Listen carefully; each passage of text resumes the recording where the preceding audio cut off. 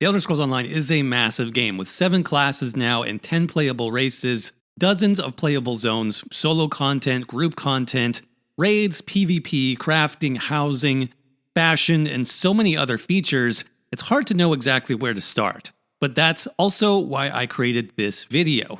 Over the past 10 years, I've accumulated thousands of hours in this game and have posted hundreds of ESO builds and guides here on this channel. We've built an amazing community over the past 10 years, and I'm glad you're here with us. In this complete beginner guide for the Elder Scrolls Online, we'll cover everything you need to know from start to finish. And if you're a returning player, there's something here for you as well, as I'll be detailing ESO's new subclassing feature, which adds a ton of new combat and build customization to the game. Timestamps are provided below if you'd like to jump ahead to a section or rewatch something again for review. Speaking of review, I'll have a ton of helpful links down in the description to other ESO guides, which you can check out later for even more in-depth tips and tricks to help you get started in your ESO adventure. So a huge part of any MMO or RPG is character creation, and the Elder Scrolls Online is no different. You'll have tons of different options here, including race and class, and of course all the sliders you could ever want. Now in terms of race, every option you would expect from previous Elder Scrolls games is built in here. But with a new system, since we are playing online, this is called factions. So each race in ESO belongs to a specific faction, but keep in mind that faction really only matters in the PvP zones of Cyrodiil and Imperial City, where you'll be placed on specific teams, aka your faction, to fight against other factions. So if you know you want a PvP, for example, with friends, make sure you know which faction they are a part of, so you can pick a race which is also part of that same faction. So our first faction is the Daggerfall Covenant. This includes 3 races, starting with Breton, then you have Orcs, and then you have Redguards. Next up is the Aldmeri Dominion faction. This is High Elves, Wood Elves, and then Khajiit. Finally, you have the Ebonheart Pact faction. This is made up of Argonians, Dark Elf, and the Nords. Now, there is a 10th race, obviously, the Imperial race, which you may be familiar with. Imperials in ESO are actually a paid option because they have a couple of specific perks. If you're interested in unlocking Imperials, you'll need to purchase that as a separate purchase in ESO's Crown Store. We'll talk a lot about the Crown Store later on in this video. But if you do unlock the Imperial, the unique thing about them is they can belong to any faction in the game. You could join Daggerfall Covenant, you could join Aldmeri Dominion, Ebonheart Pact. All 3 factions will be open to you if you purchase the Imperial race. So how do you know which race to pick? Well, there are a couple different ways of looking at this. I think a lot of people, when they're starting ESO, just pick their favorite race based on the aesthetic or how it looks or what they know about that race's homeland. And that approach is totally fine. Pick your favorite Elder Scrolls race, no problem. They're all pretty similar when it comes down to it. Now, on the other hand, they do have racial passives, or basically passive bonuses that make them slightly better at different roles of gameplay. Now, the difference is not huge. There may be like a 5% difference between a more damage-focused race and a more sustain-focused race. So if you are interested in min-maxing, if you want to make ESO your job and you want to be in the top 1%, then yes, your race does make a slight difference. So I'll explain some of those differences now. One of the most important of them is the, quote, damage races, those races which have damage-focused passives. I'll go over all the passives in just a minute, but just so you can keep this in mind, those damage races are going to include Dark Elf, High Elf, Orc, and Khajiit. Then you have more sustain focus, or what I sometimes call utility races. These would be less ideal if you want to play a DPS, probably better for like a healer, or maybe for PvP if you want to focus more on sustain and recovery. Those races would include Bretons, Redguards, Wood Elves, and to some extent Argonians. And then you have your tank-focused races. These have a bigger focus on survival, more max stats, more armor. This includes Nord and Imperial. Again, these are just generalizations, and the difference is really pretty small. But for those players who want to min-max at endgame, you may want to consider these stats. So let's review those passives next so you know exactly what you're getting into. High Elves start with the Highborn passive. This increases your experience gained with the Destruction Staff skill line by 15% and increases your total experience gain by 1%. Spell Recharge passive. When you activate an ability, you restore 625 magicka or stamina based on whichever resource is lowest. This effect can occur once every 6 seconds. And when you're using an ability with a channel or cast time, you take 5% less damage. Sirbane's Boon increases your max magicka by 2,000. And finally, the Elemental Talent passive increases your weapon and your spell damage by 258. Here are the Wood Elf passives, starting with Acrobat. Increases your experience gain with the bow skill line by 15% and decreases your fall damage taken by 10%. Hunter's Eye increases your stealth detection radius by 3 meters and increases your movement speed by 5% and your physical and spell penetration by 950. The Endurance passive increases your stamina recovery by 258. And finally, Resist Affliction increases your max stamina by 2,000 and your disease and poison resistance by 2,310. Khajiits start with the Cut Purse passive, increasing their experience gained with the medium armor skill line by 15% and increasing their chance to successfully pickpocket a target by 5%. The Robustness passive increases your health recovery by 100 and your stamina and magicka recovery by 85. Lunar Blessings increases your maximum health, magicka, and stamina pools by 915. And finally, the Feline Ambush passive increases your critical damage and critical healing by 12% and decreases your detection radius in stealth by 3 meters. Bretons start with the Opportunist passive. This increases your experience gained with the light armor skill line by 15% and increases your alliance points gained by 1%. The Gift of Magnus passive increases your max magicka by 2,000. The Spell Attunement passive increases your spell resistance by 2310. This effect is also doubled if you're afflicted with the Burning, Chilled, or Concussed status effect, and this also increases your magicka recovery by 130.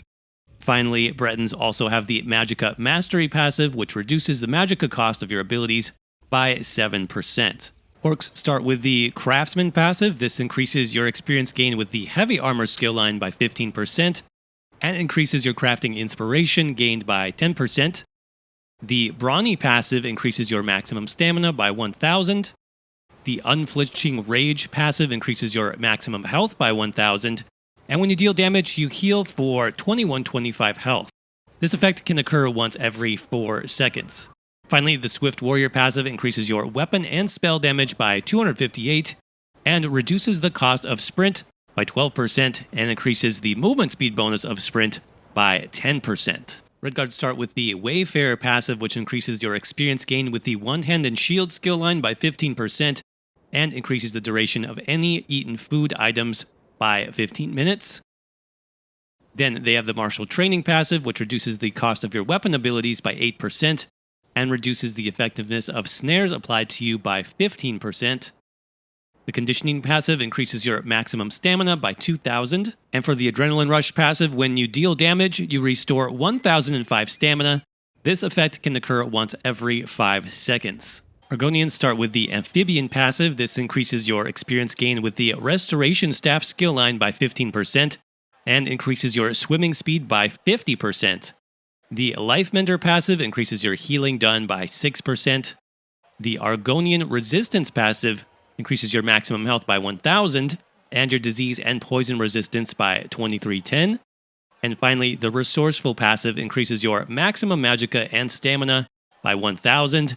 And also, when you drink a potion, you restore 3125 health, magicka, and stamina. Dark Elves start by unlocking the Ashlander passive. This increases your experience gain with the Dual Wield skill line by 15% and reduces your damage taken from environmental lava by 50%. The Dynamic passive increases your max magicka and max stamina by 1,910.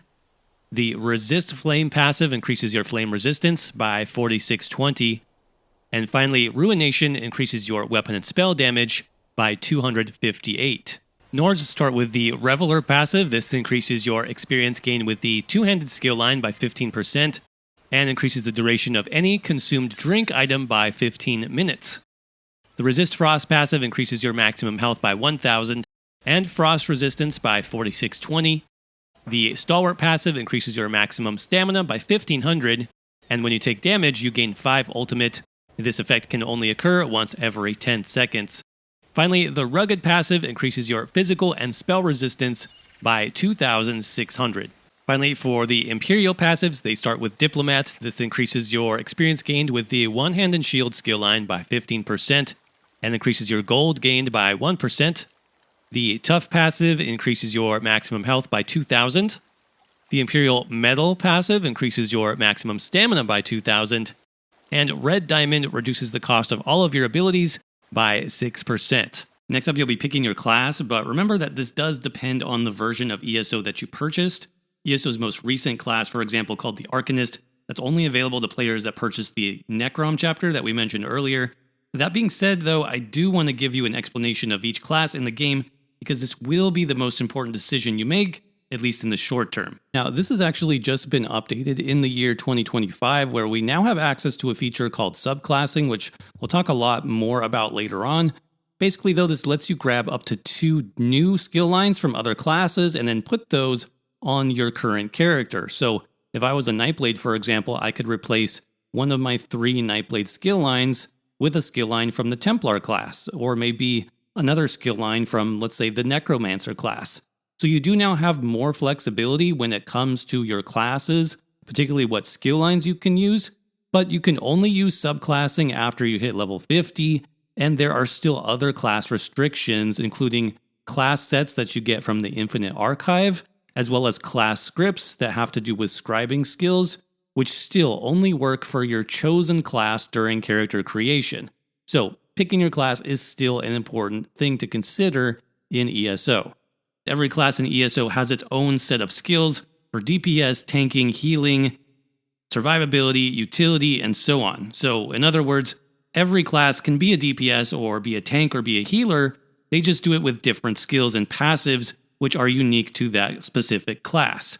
For example, the Dragonknight class can deal damage with a Molten Whip or by summoning rocks or talons, while the Warden class deals damage by summoning animal companions and conjuring ice magic.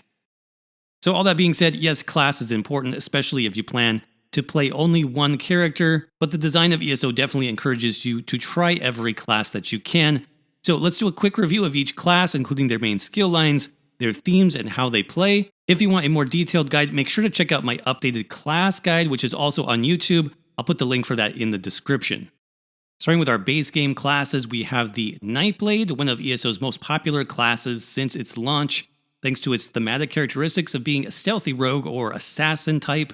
Along those lines, Nightblades specialize in direct damage and escape tools like invisibility and teleportation, and they also have many unique skills which let them do well as tanks and even healers in group content. Now, in terms of solo gameplay, the Nightblade's ability to cloak with invisibility as well as teleport makes it a top class for surviving and surprising your enemies, especially in PvP, and you can even use that invisibility in some dungeons or overland content to just flat out avoid enemies or hunt down interesting locations and treasure chests. For skill lines, the Nightblades have the Assassination skill line. Just like it sounds, this is focused on damaging your target. With different offensive skills, we have teleports. We also have an Execute skill here, which ramps up damage the lower health your target gets. Then Nightblades have the Shadow skill line, which includes different utility-focused abilities, as well as some damage and healing. Here's where you have that Shadowy Disguise skill, which can turn your character invisible for a few seconds, and the Shadow Image skill, which lets you teleport away from your enemy. Finally, Nightblades have the Siphoning skill line, which is focused on blood magic and healing. For example, in this skill line, you have the powerful Swallow Soul skill, which damages your enemy and gives you a percentage back of that damage as healing. Next up, we have the Dragonknight class. This is ESO's version of an in-your-face melee brawler with a theme centered around, you guessed it, fighting like a dragon. So whether you're applying some deadly poison or flame attacks to your enemies, throwing boulders, or flying through the air with dragon's wings, the DK can utilize a visceral style of combat that's both effective and pretty fun to play. In terms of skill lines, DKs have the Ardent Flame skill line. This harnesses the power of fire, or sometimes poison, to deal damage, debuff enemies, and even heal yourself or allies. Then you have the Draconic Power skill line that unlocks some amazing and unique dragon-themed abilities. For example, you have Spiked Armor to increase your defense, Burning Talons to immobilize your enemies, Dragonfire Scales to absorb damage, And finally, the Earthen Heart skill line is a great option for tanks, healers, and even damage dealers, though especially for tanks as you can shield yourself and even your group with skills like Igni Shield or the Magma Shell Ultimate. The theme of the Templar class centers around bringing the power of the sun to the battlefield, whether that's for offense or defense. Templars also excel at both self-healing and group healing, and remain one of the strongest classes in the game since its launch due to their strong healing potential. In PvE groups, Templar healers will often be highly desirable for their strong burst healing and their ability to restore resources to the group, while PvP Templars still remain one of the most difficult classes to defeat due to their strong defensive buffs, constant self-healing, and their ability to cleanse enemy negative effects from themselves and their group. Templars have the Adric Spear skill line where you'll find most of their offensive abilities, including Puncturing Sweep, a channeled spear attack that does multiple hits while also healing you at the same time. Then there's the Dawn's Wrath skill line, which has Vampire's Bane, one of the longest lasting damage over time skills in the game. Templars also have an amazing execute here called Radiant Oppression, which does massive damage. Finally, Templars do have a very strong healing skill line called Restoring Light, which, as I mentioned earlier, makes them pretty much easy mode for any healing that you need in the game. But that brings us to the Sorcerer class, essentially the classic caster type, but with a unique Elder Scrolls twist. Sorcerers in ESO are connected with elemental damage, specifically lightning damage, but also have access to some darker magic types, including Daedric summoning, basically calling on creatures from other planes of existence. First, the Sorcerer's Dark Magic skill line offers a lot in terms of damage and utility. For example, the Crystal Fragments morph can do big bursts of damage, or you can choose the Crystal Weapon morph, which causes your light and heavy attacks to do bonus damage and reduce enemy armor. Then there is the Storm Calling skill line, which utilizes that lightning or shock-based magic that we talked about earlier. Skills like Mage's Wrath and Lightning Flood will do strong lightning-based damage. Plus the skill Critical Surge is one of the best passive heals in the game, especially great for solo builds. This heals you back when you do critical damage to any target. Finally, that Daedric summoning skill line does focus on pets, letting you summon Daedric Scamps, Twilights, Clan Fears, and even the Storm Atronach Ultimate, which is pretty impressive. But that rounds out the 4 base game classes. Now let's move on to some of the DLC class offerings next, starting with the Warden class, which originated with the Morrowind chapter expansion. Wardens are defenders of nature that can summon animal companions, as well as cast powerful ice spells that debuff enemies or empower themselves or their group. Wardens have strong healing plus a lot of burst damage potential, making this a great class if you're interested in PvP or even a bit of solo PvE. First off, that Animal Companion skill line allows the Warden to summon Cliff Racers, Shocks, and even Fetcher Flies to damage their opponents. With direct damage, timed burst damage, plus dots, many of these skills also provide secondary debuffs, like reducing your enemy's armor, or making them take more damage from your attacks, which is really good. Then there's the Winter's Embrace skill line, which is a little bit more focused on tanking, and also some damaging frost effects. And finally, the Green Balance skill line focuses primarily on healing both the Warden and their group by summoning healing vines, flowers, and trees, so more of a nature focus. Another DLC class would be the Necromancer, which originated with the Elsewhere chapter. Obviously, Necromancers in ESO are the masters of the dead, though playing a Necromancer can be a bit more challenging than some other classes in the Elder Scrolls Online. One big reason for that is that necromancy is still frowned upon in most major cities. That's because if a guard sees you raising up a corpse or casting any of your deathly buffs, they will immediately hunt you down and attempt to kill you. And don't worry, you can always run away and your bounty or your threat level will slowly go down to where you can enter town again, but you just need to be a little bit more careful on the Necromancer class. Necromancers have the Gravelord skill line, focused primarily on DPS, summoning skeletal mages and archers and other minions to do damage for you. Then they have the Bone Tyrant skill line, focused primarily on tanking, damage absorption, allowing you to cast protective spells like Beckoning Armor, which is an armor buff but also pulls in enemies to you, which can be really helpful for crowd control. Finally, the Living Death skill line focuses on the Necromancer's healing abilities. They are actually pretty interesting healers as well. Some skills like Render Flesh allow you to heal yourself and your allies at the expense of your own health regeneration. Finally, the 7th class for the Elder Scrolls Online is the new Arcanist class. This came out with the Necrom chapter. The theme of the Arcanist centers around the Daedric Prince Hermaeus Mora, Lord of Fate and Forbidden Knowledge, and the class incorporates a lot of those aesthetics, Mora's black books, runes of power, abyssal ink, and tentacles, just to name a few examples. Many Arcanist skills also have a bright neon effect, which creates a pretty compelling visual presence on the battlefield, and it makes this class stand out strongly from every other class in the game. Arcanists also have a unique mechanic that no other class has called Crux. You basically build up stacks of Crux by casting certain abilities, and then when you're at your full stacks, that actually empowers other abilities to do things like deal more damage or create stronger healing or damage shields. So while the Arcanist class is actually very good for beginners because of how powerful it is, it's also a lot of fun to master and get better at over time. Herald of the Tome is the Arcanist DPS skill line. There is an ultra powerful skill here called Fate Carver. It is essentially a beam that you channel in front of you that again can be empowered with Crux to do even more damage. There's even a damage shield morph of that, which is great for solo builds. But Arcanists also have the Soldier of Apocrypha skill line focused more on tanking. It's going to give you some new opportunities for possibly unique tank builds. You can also gain massive shields with the Impervious Rune Ward skill, great for PvE and for PvP. Plus you have access to some very powerful debuffs in this skill line as well. Finally, the healing skill line called Curative Rune Forms gives Arcanists another beam ability, but this one heals you and your allies.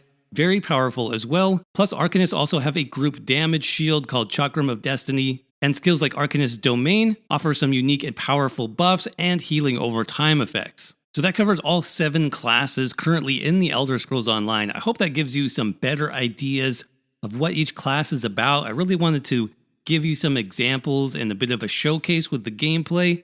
Remember too that with the subclassing feature, once you hit level 50, you can actually substitute up to 2 of your class skill lines with class skill lines from other classes. It used to be that you have to create a brand new character to access skills from other classes. Well, you don't need to do that anymore. So that does give you actually a lot more flexibility in the Elder Scrolls Online. I know it is a big decision, so if you have any questions, I also recommend just watching some more of my videos on the channel where I go over different builds for each class. This will also give you a good idea in more detail of how the class sort of feels and plays. You can check those out on my website as well. That's hacktheminotaur.com. Just go to the builds section and click on class builds to see a ton of examples. All right, so now that you've decided your race, you've also picked your class for your starting character, you can finally finish your character creation process by finalizing your body type and your face. So on this third tab, we have the body type, different sliders. There is also this triangle where you can sort of customize your overall body structure, I guess. So more muscular or large or thin. That's kind of going to give you an overview for the character. You then have the height slider underneath that. And then underneath that is all the customized sliders for upper body, lower body, and so on. So under the upper body options, you have torso size, chest size, gut size, waist, arm, and hands. Under lower body, you have the hip size, posterior dimensions, legs, and feet. So pretty much everything there in terms of the overall body dimensions that you'd want to customize are in that third tab. There is a randomize appearance option as well. Some of these can get a little bit crazy, but you can experiment with that also if you like. And then the final tab here is specifically for the face. So you'll see it has another one of those triangle sliders. The options here are heroic, angular, and soft. That's just kind of giving you a general overview of the face structure, and then you can customize it down here more with the sliders. You also have an option to pick your voice. Now, ESO does not have a voice actor specifically for your character with like voiced dialogue lines. All the NPCs have voice dialogue, but your voice is typically just for combat sounds, things like getting hit, taking damage, doing an ultimate cast, breaking free from crowd control. Those types of things are what your voice is used for. So you have the different options here, and you can test them out if you want.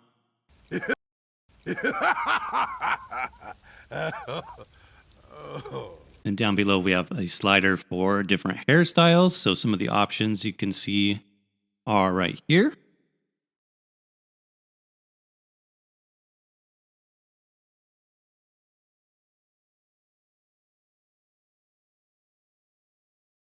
Hair color is going to let you change your hair color, obviously. The age feature basically ages your face, so it's going to apply some wrinkles and markings. Adornments is going to give you things like different beard options, mustaches, and so on. Head markings, this will be things like scars, tattoos, facial marks, things like that. And then you have the further customization options for the face. So you've got forehead, cheekbones, jaw, chin, neck sizes. Then you have customization of the eyes as well. So different eye colors you can apply, as well as changing your eye size, the angle, separation, height, and even squint. Eyebrows can be customized, your nose can be customized, mouth, and ears. So a lot of great options here. You can spend tons of time with the finer details of customizing your character. Don't forget you got the randomize option here as well. And to get into game, all you're going to do is click on the create button. Now ESO does have a pretty good tutorial. I definitely recommend it if you've never played the game. Of course, if you have played before, you will have the option to skip it. But the tutorial is very helpful for new players. Once you load into the tutorial, you'll be greeted with the prophet. You can go ahead and talk to him to start the tutorial quest. You'll be following around Lyris, who is another very important NPC to the story, and then also doing basic combat training. So how to heavy attack, how to basic attack, how to interrupt, how to roll dodge. All these things the tutorial will be teaching you as you start with combat. You'll also level up. You can gain your first skill points, your first level up rewards, and you can even unlock a few skills and attributes for your character. Don't worry, you can always reset these, so it's not a big deal. Take whatever looks interesting to you for now, but you can also practice hiding and sneak if you want to explore that playstyle. You'll be able to practice lockpicking a little bit later on in the tutorial, which is very helpful to know. You'll want to practice how to move the pins up and down to unlock doors and treasure chests. Normally this does require lockpicking, but I believe this is infinite in the tutorial so that you can practice. You'll also be introduced to Skyshards. You'll want to pick up Skyshards anytime you see them. 3 Skyshards will equal 1 new skill point for your character, so that's very helpful as well. You'll finally defeat the boss and you'll get some rewards at the end, including the sealed urn. Make sure you open this container because it does contain some very nice gear set options called Armor of the Trainee. This is a gear set. It gives you additional bonuses for wearing multiple pieces of that armor set at once. So you'll definitely want to equip all of those on your starting character to get even more stats. But now that you've completed the starting tutorial, the entire world of ESO is really going to open up to you. You'll be dropped into a starter zone or a starter island, which is basically like a little mini zone for you to complete, but you don't have to do this zone. You don't have to complete everything here. You can actually travel around quite a bit in terms of the overall world map for ESO. But like I said, you'll be dropped into the starter island. Now, I was placed on Bleak Rock Isle, which for my faction, I'm a Nord, so I'm Ebonheart Pact. This is the starting zone for Ebonheart Pact characters. If you are instead part of the Daggerfall Covenant races, you will get dropped onto Betnik. That will be your starting zone.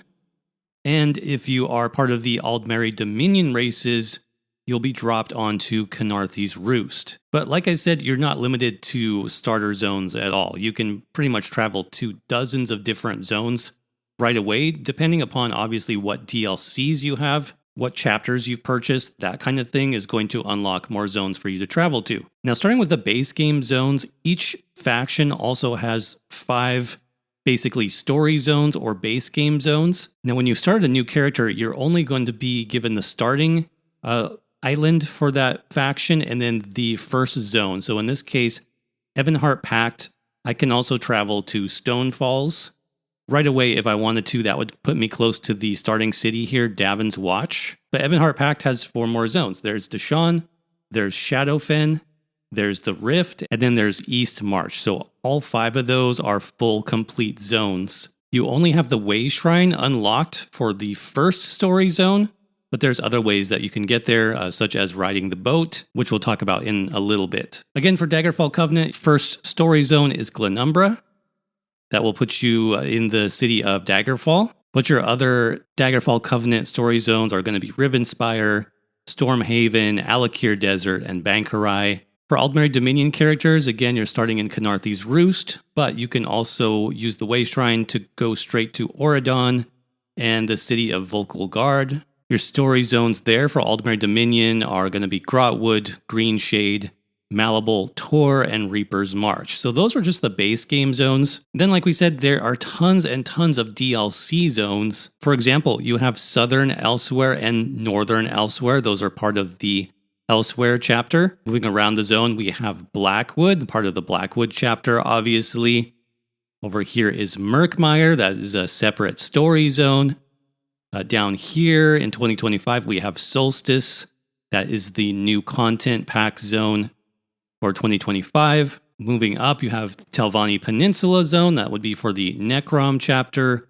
Vardenfell over here for the Morrowind chapter. You've got Western Skyrim for the Greymoor chapter, as well as The Reach, which is a story DLC from that time period. Hrothgar for the Orsinium DLC. And then even over here, we have, Hughesbane, Gold Coast, Somerset, as well as the High Isle DLC. I think I forgot to mention Westweald. That's the Gold Road chapter. And of course, Cyrodiil is your central zone. That's going to be a PvP zone, which we'll talk about in a little bit. Now, if you continue to zoom out on the world map, you'll see there are even other zones which you can travel to. Some of these are DLCs. Some of these are base game zones. You have Artaeum, the Deadlands, Fargrave, Clockwork City, Ivea, Cold Harbor, and Apocrypha. And again, each of these is separate zones, either base game zones or DLC that you can travel to at certain points. Keep in mind with the world map, you can zoom in and out at any point. As you zoom in here, you should see the names of zones start to appear. So that's a nice feature. You can click into a zone. And if there's anything like cities, for example, if you see these highlighted on a map, that usually means you can zoom into those as well on a closer level and get even more details about what's in that specific city. So yeah, you'll want to practice a little bit with the map, the different detailed views that you can access here. But for now, I'm going to switch out to another character so we can talk more about the starting zones. So that being said, let's go ahead and start the story of Khenarthi's Roost. And I'm going to use my compass at the top of the screen to head to a nearby quest marker. This one is special because this indicates a zone story. So it's a bigger sort of overarching story for the entire zone. I'm going to talk to this NPC named Razumdar. You're going to get to know him a lot with the Aldmeri Dominion story especially. And he's going to introduce me to what's going on in the zone. Like I said, sort of the overall story of what's taking place and how I can take part in that adventure. As I talk to him and complete his dialogue, the quest marker is going to move. It stays white to highlight that this is my current main quest that I'm on. And so I just go to the next NPC and talk to them. Obviously, sometimes you'll be doing different things. Maybe you'll be fighting monsters or looking for treasure or traveling to a completely different city in that zone just to continue the story. And like I said, you can track this quest as it moves around the zone using the compass that's at the top of your screen. Or if, again, you were to go into that world map view, you can see how the quest marker moves around there in order to get to the next location. Now, also, you don't have to do the main story quest for that zone that you're in. You can decide to just wander around and then do any side quests that pop up as well. You can see these have a different icon, a little bit smaller on my compass and my world map. This is grayed out because it's not my active quest yet. But if I speak to this NPC, I can learn more about this side quest. So pretty straightforward. If I go through the dialogue, I then get the instructions to complete this side quest.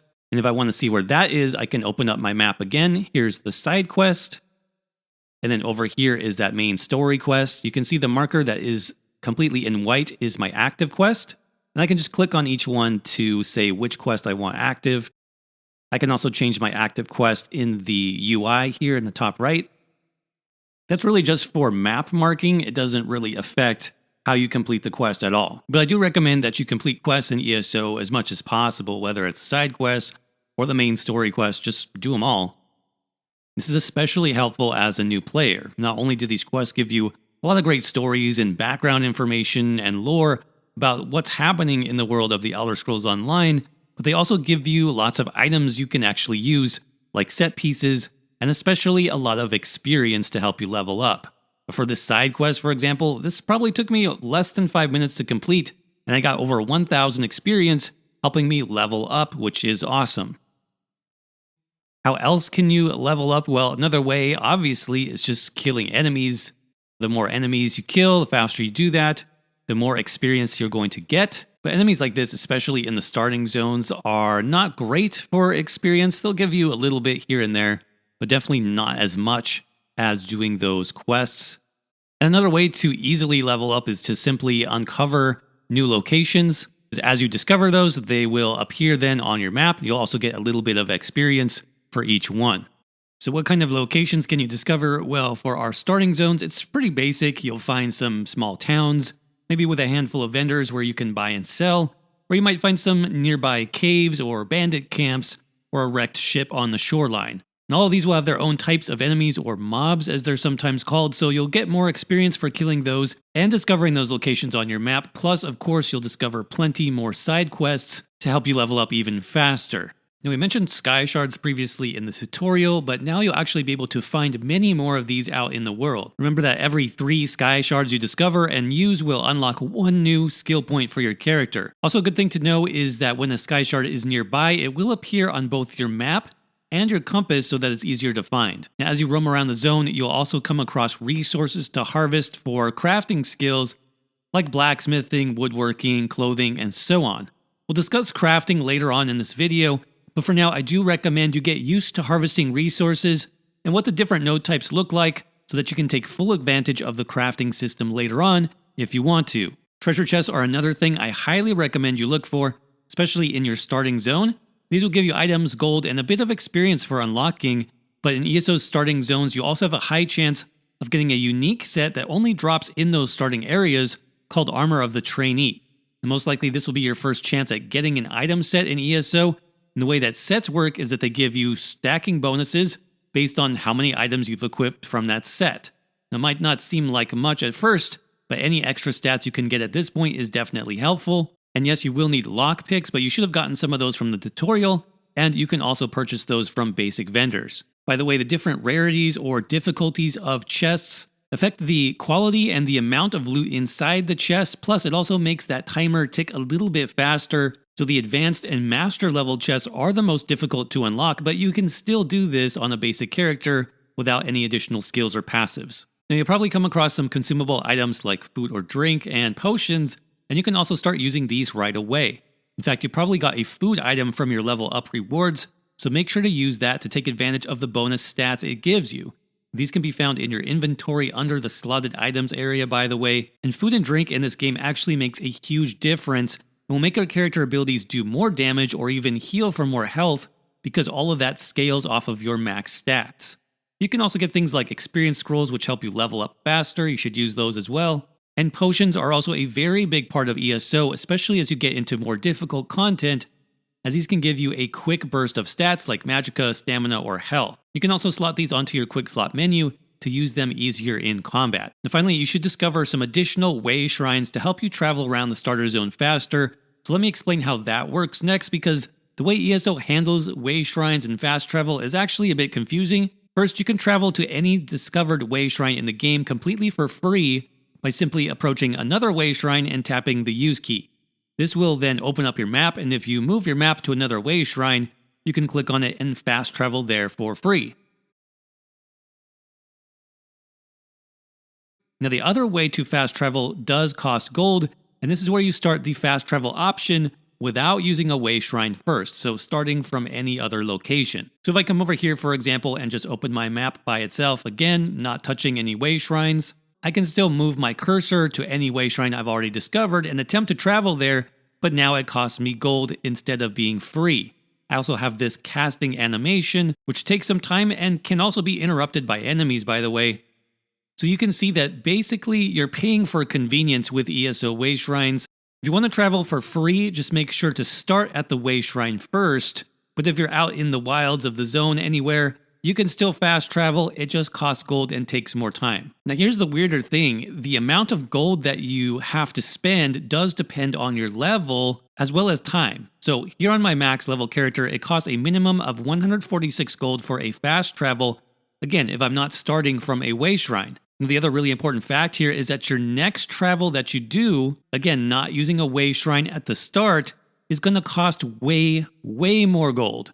You can see this is now over 1,000 gold, but this increase is actually time-based. As I wait, the cost of gold is going down over time. Now, after a few minutes, the cost is then going to reset back to that baseline cost of 146 gold for this max level character. So 2 rules of thumb to keep in mind here. Number 1, obviously try to travel between Wayshrines whenever possible by starting from a Wayshrine first because that is free. And number 2, if you're not near a Wayshrine, try to wait for your gold cost to go back down to its minimum before fast traveling again to save more gold. So by now you're probably getting quite good at the starting zone and have leveled up quite a bit, so let's talk more about those attributes and skills. Now in terms of attributes, ESO provides 64 total attribute points you can use on your character, so you get a few of these basically every level. Now as I mentioned before, during the tutorial, you generally want to place those attribute points into 2 options. All Magicka if your build is going to be focused on magic costing abilities, like those that come from the Destruction Staff, or all Stamina if your build will be more focused on stamina costing skills, like those that come from the melee weapons or from the bow. This simply means that you can cast more of those Magicka or stamina costing skills before you run out of that resource. These max resources or max stats also increase your total damage and healing, as I mentioned before, just like when we used that buff food from earlier. Now, health is more of a survival resource, and you'll definitely want to use it on your build if you plan on being a tank for group content, participating in PvP content, or doing some tougher solo content like the Infinite Archive. So there's a place for health too, but it's not typically needed when you're just starting out. So again, what I recommend, go full Magicka or full Stamina for your attributes depending on the types of weapons and skills you'd like to focus on. And don't worry, because we can always change or respec our attributes later, and I will show you how to do that in a little while. But on next to skills, and as you can see here, I've leveled up quite a bit in the starter zone because I now have 9 skill points I can spend. This came from a combination of leveling up and Skyshards, by the way, and I've been saving all of these up just to show you the different options here. So first you want to unlock the first skill in each of your class skill lines. So on my Warden, I have Animal Companions, I got the Dive skill, then I have Green Balance where I got Fungal Growth, and Winter's Embrace where I picked up Frost Cloak. You can see I have all 3 skills on my active skill bar, and my skills are going to level up over time or gain in ranks as I earn experience from doing quests, from killing enemies, and from exploring. You can see actually each of these skills is already at rank 4, which means I can now spend another skill point on it to unlock a skill morph option. So morphs define the skill with more effects and also sometimes change the cost from Magicka to stamina or vice versa. Here you can see Cutting Dive changes the skill to cost stamina and now deals bleed damage, while the Screaming Cliff Racer morph keeps it as a Magicka costing skill but also increases my weapon and spell damage when I use the ability. Now in terms of what to pick, remember that I'm using an Inferno Staff which has all Magicka abilities. I also put all of my attribute points into Magicka, so the Magicka morph here really makes the most sense. It's going to be easiest for me to maintain with my Magicka resource pool, plus it's going to give me a nice bonus to weapon and spell damage whenever I use it. Now that's not to say that you never want to pick up another morph that costs stamina. Sometimes we'll do that as well if a stamina skill has a specific effect or buff that we want for our character. Now we can choose to morph the rest of our skills or just wait. I actually think I'm going to save my skill point on Fungal Growth and not morph that one because I'm not really playing as a healer yet, so I'm not going to need that specialization. But I will morph Frost Cloak because this gives me a nice bonus effect called Minor Protection, which reduces my damage taken, so I'm going to pick up Ice Fortress here as my morph. Now next, I also have some new skills available to unlock in these class skill lines, and this just happens over the course of the game as you level up and gain experience. Your skill lines level up as well if you have skills from that skill line slotted. This is exactly why you should have something from all 3 of your class skill lines equipped at the same time to make sure you're leveling up all 3 of those skill lines equally. But now I can unlock the Scorch ability, which is another damaging effect. And what I can do here is replace Cliff Racer because I already morphed it Put my new Scorch skill here so that I can then rank up that new skill to rank 4 and eventually morph that next. And then I'm going to replace Fungal Growth with Healing Seed to level up that new skill. I also want to level up a new skill from Winter's Embrace, so I'll replace Ice Fortress with Impaling Shards. But don't worry, I am going to use Ice Fortress again later. That's probably going to end up on my backup skill bar once I unlock that. But keep in mind, you can also pick skills for your main weapon, in this case the Destruction Staff for this character. And there's 2 very good skills here that I want to start leveling up as well. So I will also grab Force Shock and Wall of Elements to complete my skill bar and have my 5 regular abilities good to go. Now I do have Light Armor available as well, as you can see here in my skill lines. That's because I had actually equipped 3 pieces of Light Armor previously, legs, hands, and a chest piece. So basically, equipping 3 pieces of the same armor weight will unlock that armor skill line. So I'll need to do this for eventually medium and heavy armor as well. But you can see there is just 1 skill I can eventually get for light armor, plus some really great passives which I can put skill points into. These reduce my skill cost or give bonus recovery and so on, so those are great to get eventually as well. Finally, make sure you check out your racial skill line here. As you level up, you'll be able to put more points into your racial passives, which give you even more power, like bonus magicka, bonus stamina, or extra weapon and spell damage. So it's important to save your skill points for these passives, as well as your class passives here. You want to get all of these very soon because they just make your character much more powerful. So I've leveled up a bit more, and now we can talk about ultimate abilities. As you can see, now that I've reached rank 12 for Animal Companions, I can now purchase my ultimate ability in this skill line called Feral Guardian. Now, since I had 1 skill from each skill line slotted, while I was earning experience, I could also unlock ultimates in my other class skill lines if I preferred, but I think the best one for this build right now will be that Feral Guardian Bear Pet ultimate, so I'm going to start with that. You can see that ultimates require your ultimate resource to be built up over time, and you can charge this up during combat. I'll show you how that works in just a minute.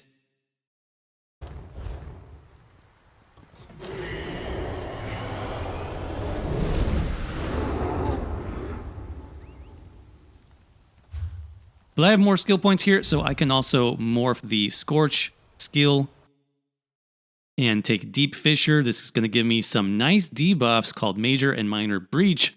These actually reduce my enemy's armor, letting my attacks and others' attacks do more damage against those enemies, which is great.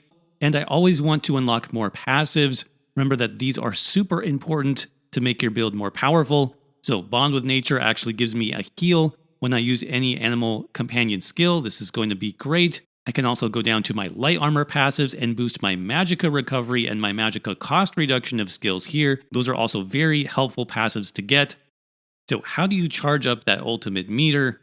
Well, as you can see, my skills and abilities don't seem to be doing anything. I'm casting spells and my ultimate does not go up.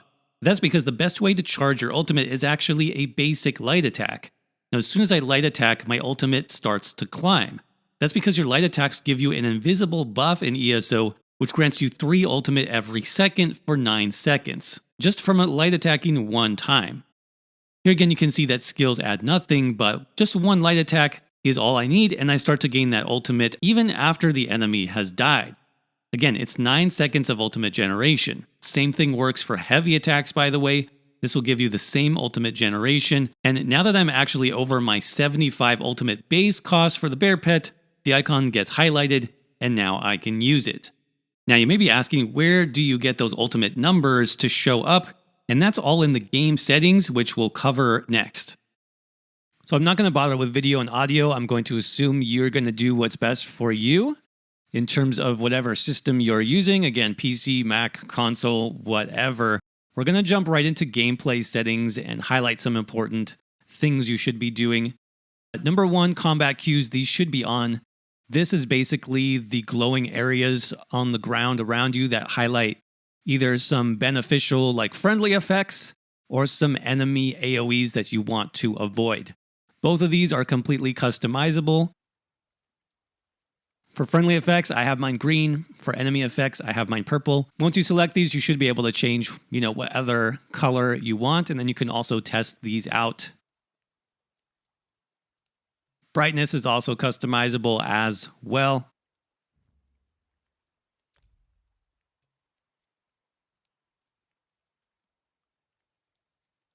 Double tap to dodge, that's going to be on PCs and Mac only. I have it on, but I don't typically use it. I prefer to have a dedicated button for dodge, and of course this doesn't affect consoles at all because you will be combining buttons to dodge on console. Another great option is prevent attacking innocents. Make sure this is on as well so you don't accidentally attack a guard or a merchant or something like that. Now, a very important setting that you need to enable both for PCs and consoles is quick cast ground abilities. This was really frustrating to me before I figured it out. So basically a ground ability would be something like Endless Hail, where it has a targeted effect that you can aim on the ground. Now, the default for this setting is automatic, which sounds good, but it's actually not that great because it means you have to click twice, once to enable the skill and aim it, and the second time to fire off the ability. That's really a huge waste of time. So you want to make sure this is set to on. Again, quick cast ground abilities, you want that on for sure. Now, a lot more time savers are here in the item section. I do recommend you consolidate area loot. This just basically means that when you loot one corpse, it will automatically check all of the corpses in the area and put all of that loot into one window, which then you can choose from. Now, on top of that, I do typically switch on auto loot. So that saves me another click. It's going to put all of those items automatically into my inventory as soon as I click on the corpse. Now, you do have some other nice effects you can put on here. So prevent stealing. This is so helpful, you guys. I can't count how many times I've been clicking on like a merchant or a vendor in a town, trying to open up the trading window, and I accidentally steal something on the shelf behind them. Turn this on. You won't have to deal with that anymore. Craft bag should be on if you're an ESO Plus member. And then you have some options for hiding things on your character and on your mount. Not a huge deal, so you can choose what to do there. So that covers our gameplay settings. Another major area that I want to show you guys is the combat section, particularly the display, the combat text, the buffs. That's where you can update how all of that stuff looks. So for the default settings, I really don't like these. If I go out of my settings, you can see basically it doesn't show me anything. So while this is a little bit nicer for like roaming around, taking screenshots, videos, and what have you, this is not that great for combat. It doesn't show me where my skills are, what they are. It doesn't even show me my health and my resources, right? So this is pretty terrible. What we want to make sure is that we have all of these turned on. So under combat in the heads up display, instead of all of these being automatic, you're going to change them to always show. So our ability bar always show. That means my skills will always be visible, whether I'm in combat or not. Same thing with my attribute bars, always show. And resource numbers, I do have this on as number and percent. Of course, that's up to you if you prefer one or the other, but I like to see both. Active combat tips, I usually leave this as automatic. And then ultimate number, I definitely want that on. So now I can show you just a quick comparison.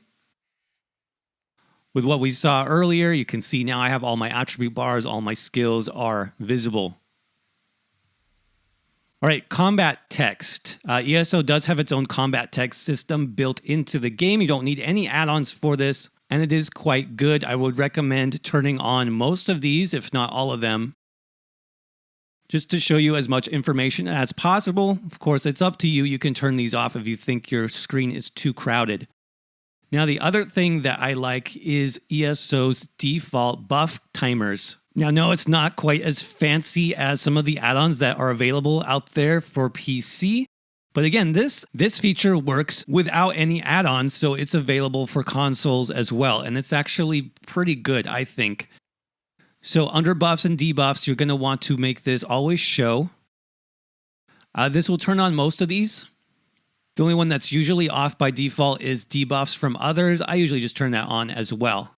Okay, so now that I have my preferred settings in place, just to kind of showcase what the game actually looks like, you can see I'm not in combat yet, but I still have my ability bar. I have all my skills showing. I have my ultimate number, which is going to be important to see when your ultimate is ready. I also have my buff timers, and I have my actual health and stamina and magicka numbers over the bar. So yeah, this is a good setup in my opinion. Very clean, very easy to tell what's going on with your skills, your buffs, your resources.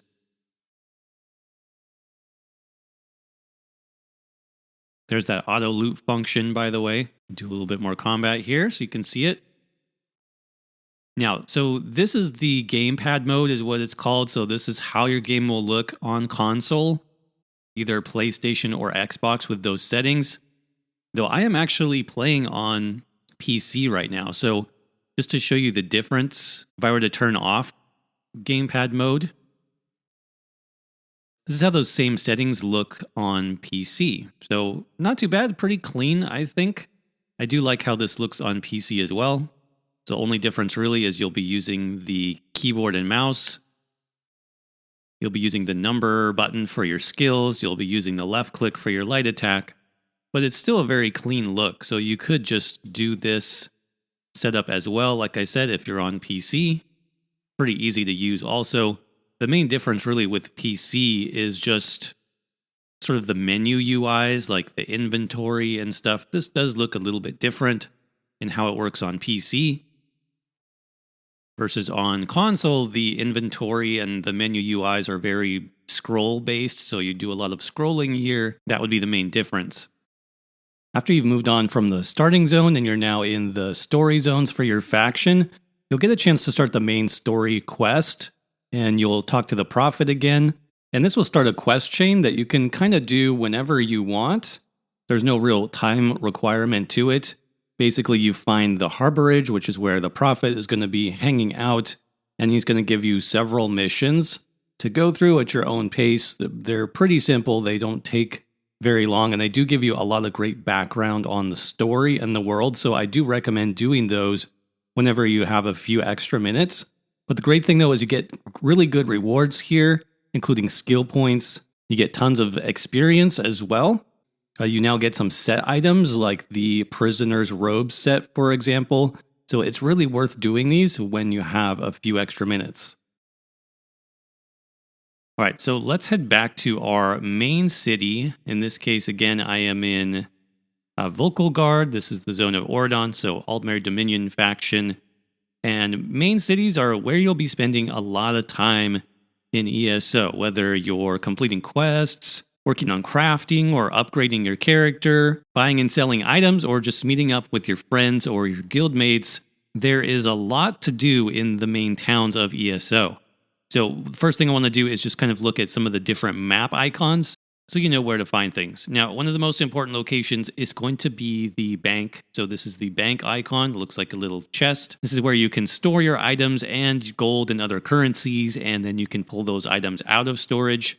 Now, the cool thing about ESO is your bank storage is account-wide, so this would be how you can trade items between other characters that you've added to your account. So maybe you do have one alternate character that you use exclusively for crafting or for guild events. Pretty easy to trade items in between your characters, just store them in the bank, and then you log on to that other character and pull out those items or that currency. Now, I mentioned crafting. One of the icons that you'll look for to do crafting is sort of this fireplace icon. Most of the time, you'll find most of the crafting stations that you need right here in this central area. So this has a blacksmithing station, has a clothing station, plus the clothing merchant and the blacksmithing merchant.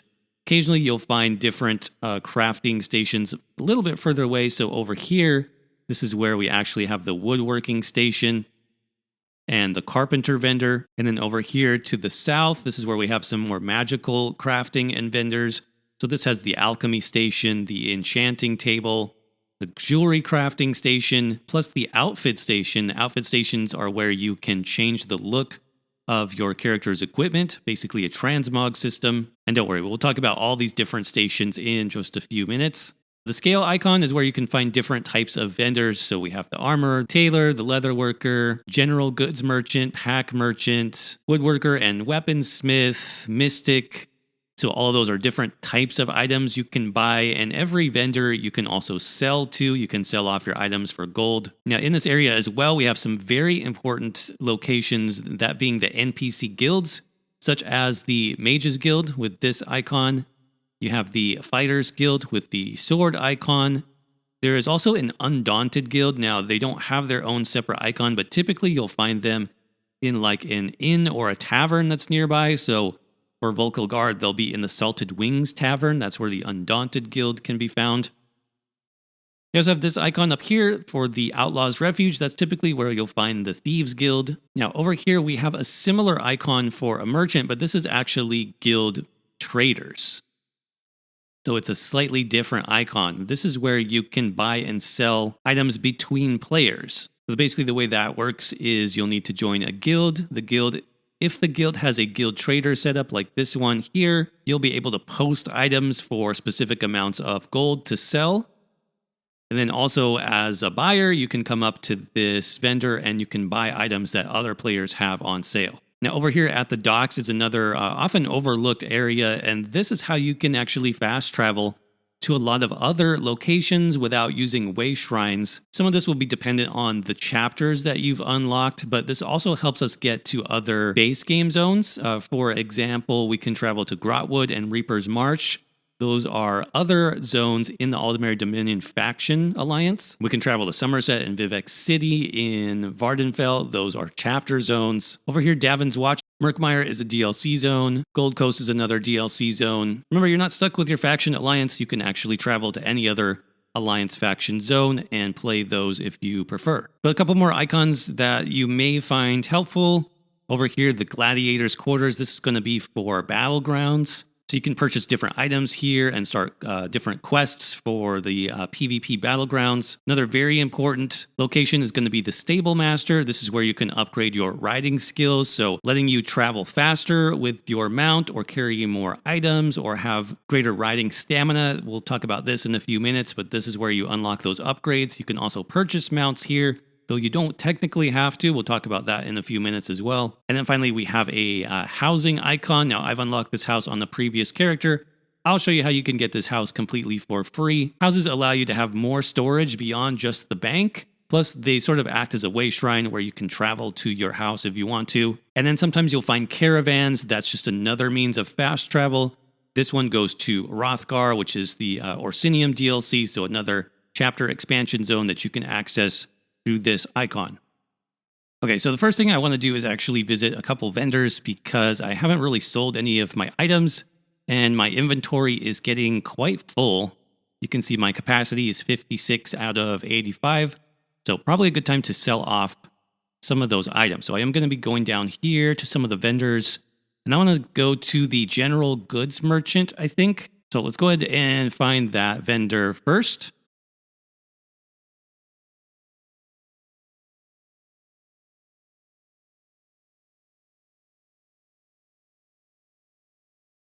So the basic vendor, I think we mentioned this before, you can purchase things like lockpicks here, which is helpful, but I already have 25 of those, so I'm good. I wouldn't really bother picking up potions. You should be able to get these just from killing monsters out in the world. Soul gems, you should be getting those from quests and loot as well, so I wouldn't worry about those either. But if we were to tab over, this is where I can now see what's in my inventory, and I can start to sell a few things. Now, the most gold that you'll get is for a specific type of weapon and jewelry that has this trait called Ornate. You can see it increases this item's sale price. The first thing I always do is try to sell these. This will give me a lot of gold. Now you also have trash items. You can sell those as well. I do have some tutorial items. Those will have a 0 gold value, but you can sell them just to get rid of them. And I have a couple other basic weapons and gear that I've picked up that I'll want to get rid of just to save some space. I think one thing I will save, though, is the restoration staff. When I get a few more levels, I can actually use 2 weapons at once. I can use a primary weapon and a backup weapon. I may make this restoration staff my backup weapon just to start leveling up some of those skills. So I'm going to hang on to that in case I don't get a better restoration staff in the future. Now, the other items you should think about keeping as well are items with specific traits. So in this case, my maple restoration staff has the powered trait. Now this is actually going to be useful for crafting and research. I can basically deconstruct this item at the woodworking station and research that trait, the powered trait, so that future items that I can craft, I can also craft them with the powered trait as well. So that's another good reason to keep on to an item. If you haven't researched its trait yet, make sure to save it and then just deconstruct it at the crafting station. That's also a good rule of thumb for anything with the intricate trait.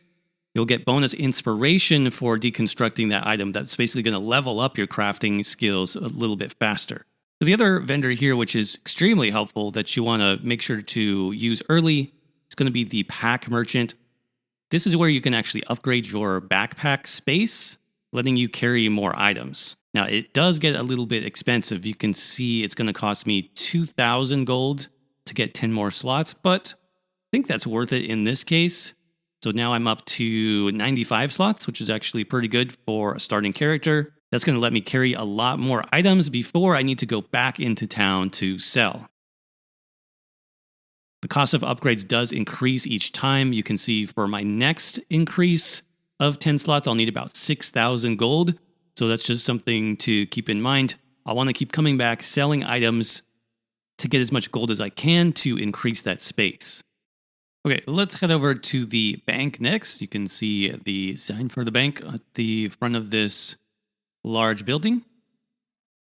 And another sign for the bank here. This is often one of the more crowded areas in the towns in ESO, so that's just something to look out for. But many times there's also multiple bankers. So there's one here and one here. So if you're having trouble like targeting this one because there's a bunch of players standing here, there is often another banker which you can use as well. So our first option is to withdraw from the bank. And as you can see, I have used this on multiple characters. So I have some higher level items here. Now I could withdraw these on my new character, but you can see they're in red, which means I am not high enough level to use these items yet. So there's really no point in withdrawing these to my new character. So I can also deposit items. So in this case, I could, for example, deposit that restoration staff that I wanted to use later. The other thing to keep in mind too is that even if I was going to use this for crafting, like deconstruction, for example, crafting stations will look at your bank inventory as well as your character inventory. So depositing this is no problem if I want to make use of that researching at a station in the future. But here you can also see the currencies that I have currently on my character. You can also deposit and withdraw currencies, including gold, alliance points, Telvar stones, and writ vouchers. We'll talk more about these other currencies a little bit later. And you can also upgrade or buy more bank space that costs gold. Quite a bit of gold actually, but you shouldn't need to do that for a long time. Okay, let's talk mounts and rider training next. And for that, we're going to need to head to the Stable Master. This is what the building looks like. Okay, so the main options at the Stable Master are going to be riding training as well as buying horses or mounts. So let's talk about this first. As you can see, the mounts that they have for sale are quite expensive. And if you've played for a little bit, you may have a mount already that you've either earned through level up rewards. You could have gotten this as a purchasing bonus for buying one of the chapters. So I really don't recommend spending the gold on these mounts, especially this early on in the game. Now in ESO, there's essentially no difference functionally between mounts. All mounts have the same speed, carrying capacity, and so on. But really, it just depends on what your character can do. And that's where we get to the rider training upgrades. So yeah, I don't typically worry about mounts. As I said, you can get a lot of these through things like level up rewards, daily login rewards, achievements, or other means through the Crown Store. But moving on to riding training, this is something that you do want to be training up every day. You can see we have speed, stamina, and carry capacity. Speed increases the movement speed of your character while mounted up to 60%. Stamina lets you sprint for longer on your mount. You have a sprint meter, just like your character can sprint. Your mount sprint meter gradually decreases. This also affects you taking damage while mounted. And if your stamina breaks, you actually fall off your mount and it takes quite a while to get back up. And then you have carrying capacity. This gives you bonus carrying capacity at all times, even while you're not mounted. So this is a nice investment as well. But mostly what you'll find in ESO as the base mount speed is actually very slow. We'll talk about other ways you can increase this in a little bit. But for now, I'm going to spend one upgrade point into speed, taking my riding speed skill from 0 to 1. And you can see now I need to wait until the next day. I think this resets around midnight or like 1 or 2 a.m. in the morning, depending on your time zone. Basically, the next day, you'll be able to spend another point here. And it does cost 250 gold to spend one upgrade point. By the way, the mounts that you do unlock over your playthrough are going to be found in collections. Go to the collections area, go to mounts, and you can see there are several different categories. So equines are horses. I have a few different ones here. And then you can summon your mount like this. This is kind of the walking speed. You can see also I have a mount sprint meter underneath my own stamina bar. And you can see that because my character here is brand new and doesn't have really any riding speed training, I am quite slow. In fact, if I got off, I would almost be as fast or faster just running myself. But this is something that you can upgrade over time, and it can be quite fast. There's a couple other options that you can get. Here's the elk mount.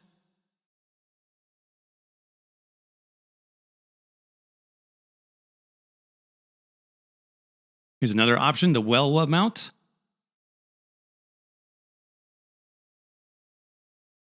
Here's an example of a wolf mount. So as you can see, there's probably dozens of different options for mounts that you can unlock, either through gameplay, through achievements, through the crown store. But like I said, there is no difference in terms of how they function. All of that's going to be based on your riding training, which you can upgrade here at the stable. So the other thing you'll want to make sure that you're doing in these early cities is interacting with the NPC guilds that we mentioned earlier, that being the Mages Guild, the Fighters Guild. And remember, we mentioned the Undaunted Guild. Typically, those show up in like taverns or inns, but these can actually give you completely new skill lines, some powerful skills that you want to get your hands on for any character in ESO. Doesn't matter if you're a DPS, tank, healer, solo build, PvP, there's something useful here for everybody. So what I recommend is you just start by going to the guild hall and then speak to the quest giver, usually right at the entrance. You'll be able to learn a little bit about the guild, and then it's pretty simple. Just ask questions about it, then say that you're ready to join. And there you go. You get a little bit of experience, a little bit of gold, and you unlock the guild skill line. So now you'll see that I have access to the Mages Guild skill line, and I can start unlocking these skills and passives. Same thing here for the Fighters Guild. There we go. Very quickly unlock the Fighters Guild skill line. Here's what that looks like. And lastly, we'll head over to the tavern to find the Undaunted Guild. In this case, they're upstairs. Greetings, Milksop. So there you go. We've unlocked the Undaunted skill line. We've also got a couple extra quests. Here's what the Undaunted skill line looks like. Now, the reason why you need to unlock these now, early on your character, is that these do not level up in the typical way that your other combat skills do. All of these level up by just having that skill equipped and gaining experience, right? We already talked about that. But the guild skill lines have different ways that you actually level them up. Fighters Guild, you're going to get progress by killing specific enemies like Daedric enemies, werewolves, vampires, and undead. Those will give you progress, experience towards leveling up your Fighters Guild skill line. Mages Guild is also very different. You actually need to find Mages Guild books out in the world, interact with those books, and that's how you get experience towards the Mages Guild. Undaunted Guild progress, you need to go into dungeons, public dungeons or group dungeons, complete content and achievements in those locations, and that's how you get Undaunted experience. So all that to say that you really are better off unlocking these right now. That way, as we do things, we're going to see that progression, be able to level up these skill lines and then get these new skills, which again are great options for all types of builds and characters in ESO. And don't forget to explore the city as you go and do these different basic things. You'll find Skyshards, for example. Here's one upstairs that I'll want to unlock on this character. Also, make sure to interact with bookshelves, even things that don't look like a bookshelf. You may be able to read a book and then gain some skill points for specific skill lines. In that case, I leveled up my medium armor skill line by 1. For this one, I leveled up my Destruction Staff skill line by 1. So all of these have a chance of leveling up your skill lines, whether it's weapons skills, armor skills, even your class skill lines and crafting. You're basically leveling those up for free, and it only takes a few seconds to interact with those bookshelves, so definitely do that while you're here. So I got about 5 extra skills leveled up just from wandering around the city. You may even find some Mages Guild books. You can tell these are different because they have the bluish glow coming from them. And this is how you're going to level up the Mages Guild skill line. You can see I got 5 experience towards the Mages Guild right there. Now, a lot of players miss this fact early on, but you can get a starting house completely for free in the Elder Scrolls Online. The way you do that is you're going to find a letter. Typically, this is like near the bank of whatever city that you're in, and it's called Seeking Tenant. Just read this letter and it will start a quest called Room to Spare. And the starting house for Volkilgard is right next to the Wayshrine, which is actually a big benefit. But I'll go ahead and talk to the innkeeper, and she's going to give me a room at the inn for free. So now we have our very own starter home in the Elder Scrolls Online. And we can decorate it, we can put storage here, we can put stations like the Armory Station, which we'll talk about a little bit later in this video. The great thing about the housing is it is also free fast travel. You can see, for example, if I wanted to just fast travel to this Wayshrine, which is literally 10 feet away, I have to pay gold to do that, but to fast travel to my house is free. I can also fast travel inside or outside. That's a nice feature as well. So if you want just to save some gold, you could fast travel outside of your house, and it's essentially the same as getting to this Wayshrine, just free instead of costing gold. Next up, let's talk about the Outlaw's Refuge. This is going to be a location that you will interact with a lot if you like the stealthy or thief sort of playstyle. These always have 2 entrances and exits, one sort of in the center of town and then one further away in case you need to escape if you have too much bounty. Bounty is basically a meter that builds up if you get caught stealing from a shelf or a desk, if you get caught pickpocketing, killing an NPC, even casting some skills if you are a Necromancer, for example. All of these acts can build up bounty. And so that's where the Outlaw's Refuge comes into play. So let's say that you want to pickpocket an NPC, for example. First thing you'll do is enter Sneak and then get behind that NPC. And if you're close enough, you should have a prompt to pickpocket from their inventory. You'll also see a percent chance, in this case 50 or 75%. But you can see there I successfully pickpocketed an item, and I can sell that for some gold at the Outlaw's Refuge. Now let's look at another example of failing to pickpocket an NPC. Here I am approaching, I'm in stealth, I still have, a decent chance, trying to get at least 50% or above. Again, you can improve that with some passive skills, but here I go for it again, making sure that eye is closed, right? So the NPC can't detect me. There's also no nearby NPCs that can see me as well. That's going to mess things up also.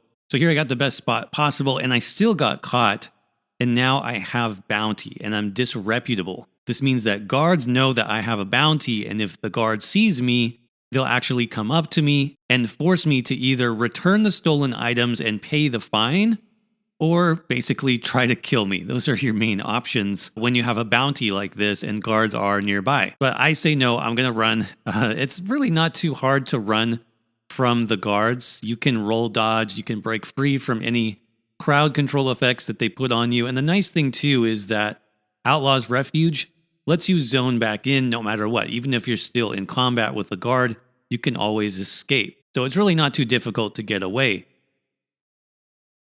The problem is I gained even more bounty in the process. You can see I went from 19 to about 60 bounty. Now to clear that, I'm just going to go to the Fence Merchant. This is where you sell stolen items and you can also clear your bounty. So you have to pay gold equal to the amount of bounty that you have, 63 in my case. Not terrible, but again, this costs more than probably the value of the items that I was getting from pickpocketing, so not a great use of this mechanic in ESO. But I think a better option by far is just finding some dressers or desks and stealing from those. Oftentimes, there won't even be like any NPCs in these houses or rooms, and it's much easier to get these items which again, if you go back to that fence merchant in the Outlaw's Refuge, you can then sell all those items for profit. You can see the two tabs here, selling items. I have just the basic quality, but as you get more rare items, purple and blue quality, those are worth even more gold. I also have some things that I might want to save for myself, and so I can use the launder tab to pay gold and make that item no longer stolen. The benefit there is that if I get caught by a guard in the future, normally stolen items get removed, but if I've laundered the item, I get to keep the item no matter what. A guard is not going to take it away from me. So those are kind of the two basic ways to use the Fence Merchant and the Outlaw's Refuge. The other thing too about the Fence is that your transactions each day are limited. You can see items sold and items laundered has a cap of 50 items for both situations. So you can't do this infinitely. There is a cap that gets reset each day. Like I mentioned, once you start doing this a lot and you also build up the skill line and the passives, you can actually make a pretty decent profit, especially early on in the game where you don't have a lot of means to make gold. This can be a good way to do that. But as I mentioned, your ability to steal and pickpocket, all of this can be improved with the Legerdemain skill line. So you have passives here that reduce the cost of sneak, for example, or the Light Fingers passive helps you pickpocket more successfully. It increases your percent chance. The Trafficker passive actually increases that cap on using the fence, so you can sell or launder many more items per day. Locksmith improves your chances of forcing locks open. And then Kickback reduces bounties, so basically how much you have to pay back to guards and fences to clear the bounty. There's even more to this when we get into talking about the Thieves Guild DLC and the Dark Brotherhood DLC, which we'll talk about a little bit later. So another thing you'll probably find in your starting city is the guild traders that we mentioned earlier. They have this icon. Now, sometimes you'll only see 1 or 2 guild traders. Other times in bigger towns, you might see 6, 7, 8 different guild traders all together in the same area. Now, as I mentioned before, the guild traders are where other players can sort of set up shop and sell their items, and it's where you can buy those same items with your gold. So these are actually one of the most useful traders that you're going to be using all the time, especially more often as you approach endgame, because this is where players can sell really powerful crafted and drop armor sets, weapons, things like potions and consumables that you're going to be using every day. Probably you're going to find most of those on guild traders. Now the interface is a little bit different depending on whether you're on console or PC. Remember, consoles are very scrolling based, so that's the interface I'm on right now. But you can basically select a category. So in this case, you could do weapons, apparel, jewelry, consumables, materials like for crafting, glyphs, furnishings, companion equipment, and miscellaneous. And then each of these also has subcategories. So for example, if I click on weapons, then I can specify, okay, I want one-handed weapons, two-handed, bow, destruction staff, or restoration staff, right? I'm using a destruction staff, so let's see what's for sale. Just gonna select that and click submit. And then we see our results, right? So you have the name of the item. The time is basically how many days left this item will be listed for. Items start with a 30-day listing, and then they just go down from there. Items are removed from the guild vendor after 30 days. You have the unit cost, which is the cost for one item, and then the total. In this case, these players are only selling one type of each staff, so, it costs the same as the total. Where that really makes a difference is where you purchase consumables or crafting materials. Players will then sell stacks of items, so you'll see the unit cost for one item versus the total cost for the entire stack, just to help you figure out the math a little bit. But you can see also here, as a new player, everything is essentially level 50, so basically, I cannot use much of the equipment here on the guild trader. That's going to be pretty true across the board. Most people only sell endgame gear, which is level 50, CP 160. That's something to keep in mind when you're checking out these guild vendors. So if that's the case, and I am a lower level player, well, what's the point, right? What can I really get out of this? Well, the one thing I would recommend you check out as a brand new player is the consumables tab. And specifically food and drink items, right? Now, your food tends to be more of the main stats, so like max health, max stamina, max magicka. You tend to get those buffs from health items. You can see a lot of food is level capped as well, so unfortunately I cannot use any of these food items because I'm not level 50, CP 150 yet. But if you keep searching, or if you use the level filter, which is down here, so I'm going to filter to player level, and let's say 0 to 10. You will actually get some really powerful items showing up here. So Bewitched Sugar Skulls, very powerful, and this can actually be used at any level. Now, it is a little bit expensive to be using right now at like level 14, which is what I'm at. But I could buy this, and if this person had posted maybe 1 or 2 of these, it would be pretty cheap. But I could buy and use this right now if I had the gold.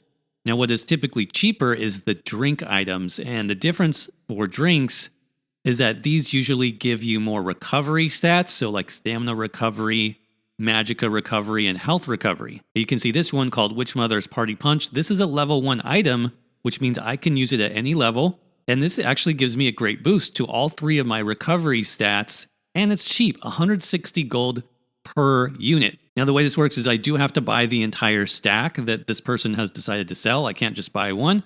I have to buy all 5, so that would be 800 total gold. But this is still a really good investment for me. Each of these lasts a total of 2 hours.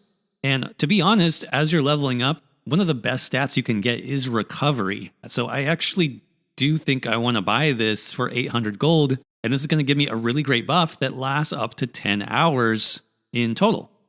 So let me go ahead and get that. Other good options you want to look out for, which are also pretty cheap.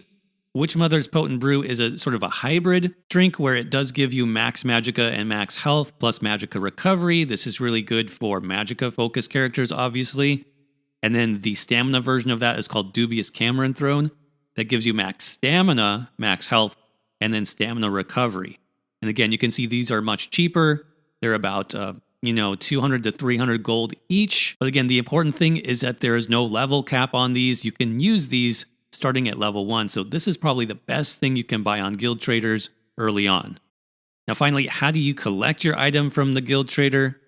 Well, for that, we're going to go to the social menu and our mail. Now, we haven't talked about the mail yet. Few things can happen here. Number 1, you can get some items delivered to you depending on like DLC purchases, chapter purchases. Those pre-order items will usually be delivered through your mail inbox. You can also send items to other players, and players can send you items in return. So if your friends are playing the game, you can exchange items that way. And this is where you'll get those items that you purchase from the guild traders sent directly to you. You can see here it's from the guild store. I purchased an item. It shows up as an attachment, and I just take the attachment.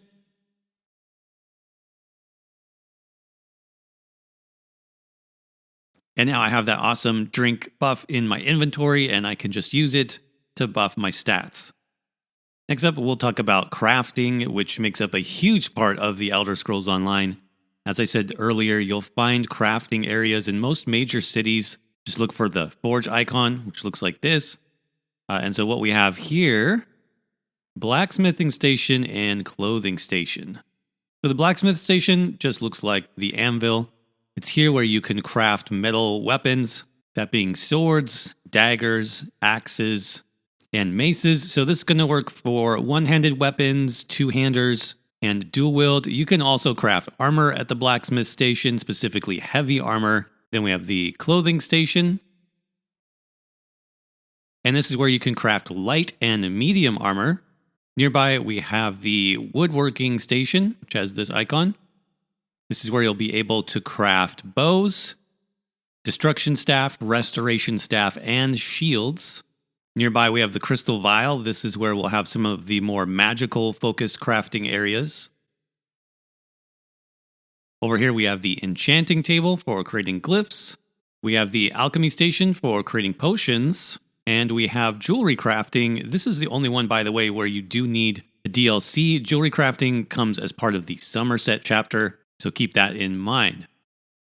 But let's start with the clothing station first. This is a nice, easy one, since this only lets you craft 2 basic types of armor. Again, that being light armor and medium armor. And the different tabs are the different options you have. We have refining, creation, deconstruction, improvement, research, and patterns. Refining is where you take basic materials like leather scraps in this case, add 10 of those items, and then you can refine them into leather, and leather is what you use to create medium armor. Another example is silk. You can take 10 pieces of silk, refine those into another type of silk, this time called ancestor silk, and you can use those pieces then to create light armor. And something to keep in mind is that there are several ranks or levels of these different raw materials.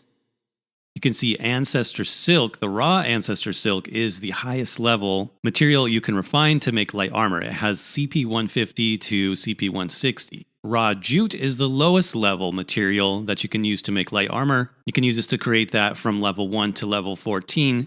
And there'll be different variations of silk all the way throughout. Same thing for medium armor. We have rawhide scraps. Those can be refined into rawhide for level 1 to 14 medium armor, all the way up to the rubido hide scraps for max level medium armor. Moving on, creation is obviously how you're going to create these pieces. You can see under the clothing station, I have robes, shoes, gloves, hats, everything for light armor first. And then it'll switch over to medium armor pieces. So I have the medium chest, boots, bracers, helmet. So slightly different names, but it just starts with light armor and then it goes to medium armor. You can also choose the level of the item that you're creating. You can choose the style, and then you can choose the trait. Under deconstruct, this is what we talked about earlier, where you can take one of those items that you have either in your inventory or in your bank. You can break it into its component parts, and you can use those raw materials to create new items with crafting. Under the improvement tab, we can then improve the rarity of our items, so you can take them from normal quality to fine, which is green quality, superior, which is blue quality, epic, which is purple, and then legendary, which is gold. Research is another very important tab, especially early on. This is how you learn those traits, and you cannot craft something with this trait until you have researched it. So basically what you would need to do is pick up a piece of armor that has this trait. For example, you can see I have one chest with the well-fitted trait. It's highlighted as researchable. And if I consume this item, then in a few hours I will have learned that well-fitted trait for the medium armor chest piece, and then I can craft a new medium chest piece with the well-fitted trait if I want. Why is that important? Well, obviously the more traits you know, the more options you have for creating gear. For yourself, for your friends, to sell on guild traders, for alternate characters, but also this is very important later on for creating crafted sets. Crafted sets require that you know a specific amount of traits before you can actually craft anything. So, for example, you might need to know 3 traits in order to craft anything for a set called Order's Wrath, which is a great crafted set. So you want to start working towards unlocking as many traits as possible in the research tab. The other thing you need to know about crafting and just getting started is that each crafting station has its own skill line, and you can learn that just by interacting with the crafting station. So you can see now that I've opened the woodworking station, I gained access to that woodworking skill line. And the skill lines for crafting are actually extremely important. So you can see now I have some of the basics. I have blacksmithing, clothing, and woodworking unlocked. Let's go through each of the skills. They're relatively the same for each skill line. So the first skill, in this case called woodworking, this you need to work on leveling up because it allows you to use those materials at higher levels. Sanded oak is kind of one of the base materials for woodworking. And as I level this up, I'll be able to use higher level materials. So in other words, craft higher level destruction staffs or higher level bows or shields. The next one is called Keen Eye. This just makes this resource easier to see out in the world. Third skill is a lumberjack hireling. The hireling can send you some basic materials every day in the mail. So I'd say these two are okay, but may not be worth your skill points right away. The next 3, though, are definitely essential if you want to get involved in a crafting skill. Wood extraction improves the chances of extracting woodworking ingredients. So basically upgrade materials when you refine. Then the carpentry skill is going to reduce those research times, allowing you to research more traits at the same time and also research them faster. And then resin expertise, probably the most important one. Resins are essentially your upgrade materials, so you'll be able to upgrade or improve your equipment with fewer resins, which is going to be much more cost effective. So you can see a lot of these also have 3 to 4 skill points that you need to invest. So crafting is a significant investment in ESO, not just with time spent to level up the skill line, but also the amount of skill points you have. So that is something to keep in mind. Now, that being said, there's just a couple places that you really need to focus on early on to benefit from on a new character. Now, one of those that we already talked about is research. Research is something that takes a very long time to build up in the Elder Scrolls Online. That's because every weapon type, every armor type has multiple traits, right? We have sturdy, impenetrable, reinforced, all the way to Nirnhoned. And you have that for every type of item in the game. Bows, Inferno Staff, Ice Staff, Lightning Staff, Restoration Staff, okay? And all of these take time. So if you remember that powered Restoration Staff that I had earlier, I can research this and learn the trait so that I can then craft any powered staff I want in the future at any level, but it does take 5 hours and 24 minutes. I'm going to go ahead and start that right now. It consumes the weapon, so I no longer have that weapon, but I do start my research timer. Now you can see my other options are going to be blocked off because I'm currently researching that Restoration Staff. This is where that passive that we looked at earlier comes into play, called Carpentry. This is going to allow me to research 2 items or even 3 items at once, plus reduce the time that it takes to research them to learn those traits. Now, the other thing too is that my next trait, whatever that is, it's not going to be 5 hours. It's actually going to be about 10 or 12 hours. Each new trait that you research for a weapon or a piece of armor increases the timer. That is why, like I said, researching your traits should be probably the first thing that you do if you want to get started with crafting in ESO, just because it will take a long time to build up the traits. So then the question is, of course, well, what can you do to actually level up your skill line for these different crafting skills? Now, you might think creating items like, the old Skyrim style, creating daggers would be the best way to level up. Well, it's not really that great in terms of leveling up your crafting skill lines. We can do it. So I have, for example, I can create a maple bow level 4. You can see here under the materials section, to increase the level, I just need to move to the right, and it just requires a little bit more of my material, which is sanded maple. So let's go ahead and create a level 14 sanded maple bow. Now you also need to apply a style. You probably have picked up a few style gems at this point. You'll start with whatever your racial style is already unlocked, and then you can learn more styles over time for other races or more interesting styles through style pages. But let's go ahead and create this in the High Elf style. And since I haven't learned any traits yet, I haven't researched any traits on my bow, I'll just create it with no trait. All right, so you can see there I got a little bit of woodworking experience. Now, a much better option, I think, is going to that deconstruction tab and destroying something that you're not going to use anyway. I mentioned earlier the intricate trait. This actually increases your inspiration gained from destructing this item. Inspiration is like the amount of experience you get towards leveling up this crafted skill line. So if I was to deconstruct this maple bow with the intricate trait, let me go ahead and add that and then deconstruct. You can see I got closer to a full level and was able to level up my woodworking skill to 2. I'll head up back to the clothing station, deconstruct some items there so I can start leveling that one up.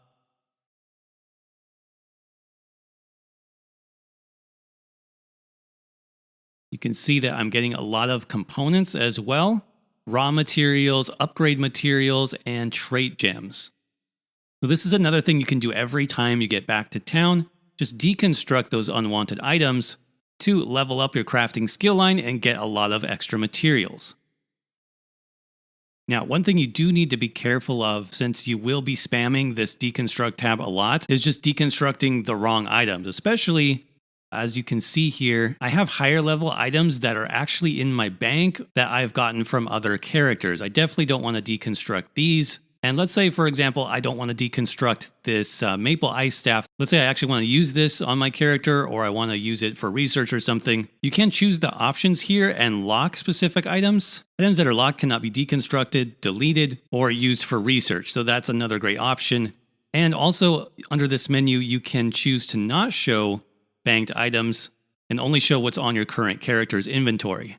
So again, deconstruct to gain levels and materials, research to gain new traits. Refining, I suggest you wait on these. No matter if you are picking up materials, which you should be, save them for later, because remember those skill lines, once you start unlocking the passives, you'll actually get more bonus materials when you refine these items. Same thing with improvement. I would not recommend improving even your main weapon that you're using at this low of a level. For one thing, to improve this staff from green to blue quality, since my character is not max level crafting, this costs 7 blue upgrade materials. When I'm max level, it's actually going to cost much less. The same holds true for upgrading a blue to a purple quality. With no skill points invested, it's going to cost 10, which is quite a lot. You can reduce that significantly by leveling up your skills. So again, I would not bother upgrading any of my items below max level either.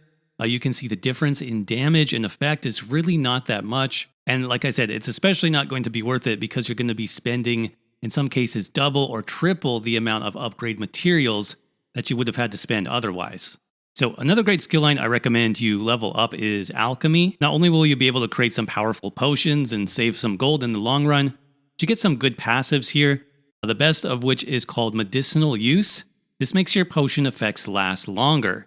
And what happens eventually is that when you use a potion, this has a 45-second cooldown, but you can see my effects are only lasting a few seconds.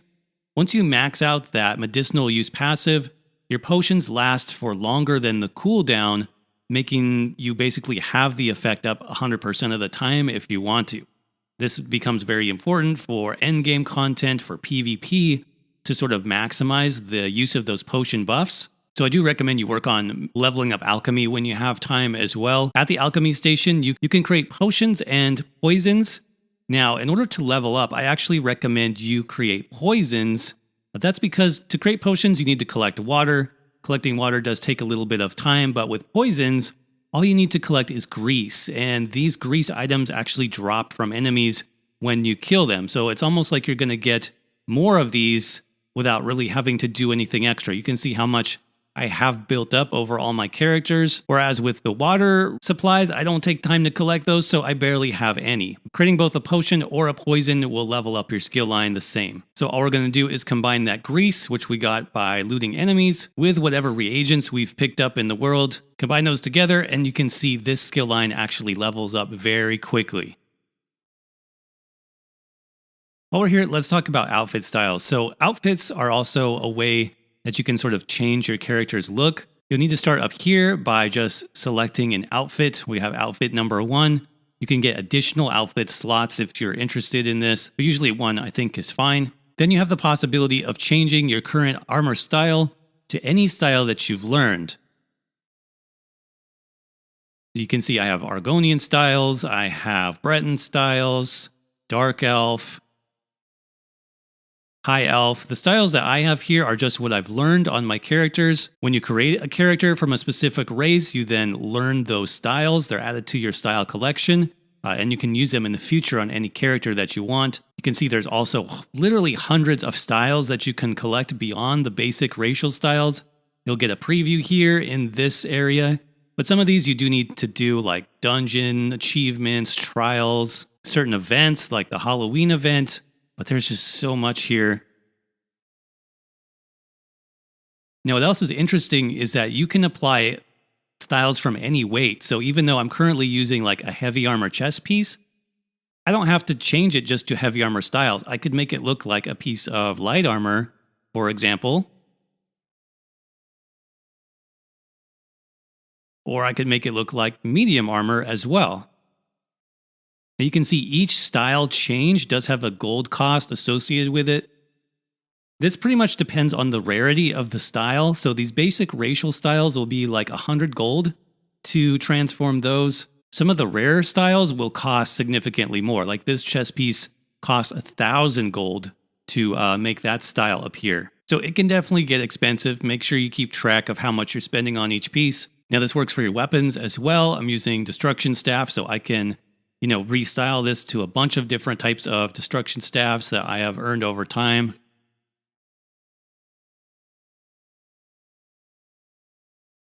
Some of these come from the Crown store and have different visual effects. Some are earned by achievements. Some are found during special events. But as you can see, there are again dozens and dozens of styles for each weapon that you can earn. Final part of this is dyes, so you can see the second tab here.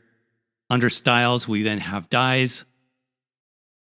And this will allow you to change the basic colors of the gear that you are styling. So if I wanted to make this purple for some reason, I could make my leather armor purple if I really wanted to.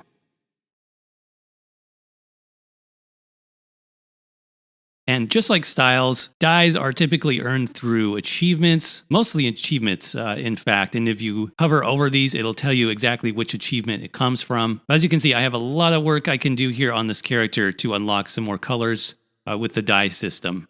And then one more crafting skill we can look at here is cooking. Now, cooking is a bit different where most of what you do has to be unlocked with recipes. You can see as a brand new character, I have nothing that I've learned that I can actually craft. So in this case, you want to start looking for recipes. These can be either looted from enemies, you can earn them through quests, through level up rewards. Most often you just find them sort of sitting in containers, but I have this example, recipe tarragon chicken. If I use that, I then learn that recipe. You can see now I have tarragon chicken as an option that I can cook for myself, and I can craft that because I have the right ingredients, being poultry and seasoning. Again, ingredients also typically come from containers that you loot out in the world. So I'll go ahead and craft a few of those as well while I'm here, just to get started in this skill line. Okay, so we've covered almost everything you can do in the main cities of the Elder Scrolls Online. So you can tell there's a lot to do here to upgrade and progress your character. But now we're actually going to head out into the Overland zone. As you can see, these zones are quite large and there's so much you can do here as well. We're going to go over a few more of the different types of map markers that you can find and things you can do in Overland zones. Now, just like our starter zone, Overland zones will have plenty of points of interest. This could be either a town or a cave, some type of ruins, basically anything. Sometimes these will have enemies you can fight or just side quests that you can do for additional experience. Remember to look for those NPCs with the marker above their head to start the next side quest. Salem is under siege. We must get this madness under control. The next thing you should look out for are delves. And delves are like mini sort of dungeons. They typically contain a sky shard, so you'll be able to level up your skill points. And you can also get some set pieces as loot. So delves are very small. They have small maps that you typically can just run around in a circle and take maybe 5 minutes to complete. They'll have several basic enemies inside which you can kill. They also respawn fairly quickly, but they don't give you a ton of experience. The main thing that you want to do is make your way kind of to the center or the deepest part of the delve and fight the boss. You can see the boss has a special health bar. They might have a little bit more health than your standard enemy, but they really are not too challenging, especially in the base game zones. See, it's just going to take me a little bit longer to defeat this delve boss. But this is how I will complete the delve. You'll get some bonus experience if it's your first time completing it. And the boss will also drop one set piece. So what I got from him, Girdle of the Veiled Inheritance. This is a heavy armor set piece. We'll talk more about the different set pieces you can get in each zone. But then, like I said, each delve also does have one sky shard. So make sure you get that as well before you leave. Now, Overland zones for the base game, so not chapter zones or DLC zones, you have Mundus Stones. Mundus Stones are another way to upgrade your character. You'll typically find 3 different Mundus Stones in each of these Overland base game zones. They're all different. It depends on which zone that you're in. But I recommend you just grab one as soon as you can. The first one that you come across, go up to it, use it, and get the bonus that it provides. The lady gives me bonus physical and spell resistance, so that's going to make my character a little bit more tanky. I'm going to take less damage when I get hit. Eventually, once you unlock more of the Overland zones, once you go through more of the story quests and such, you'll be able to pick up a more customized, let's say, Mundus for you.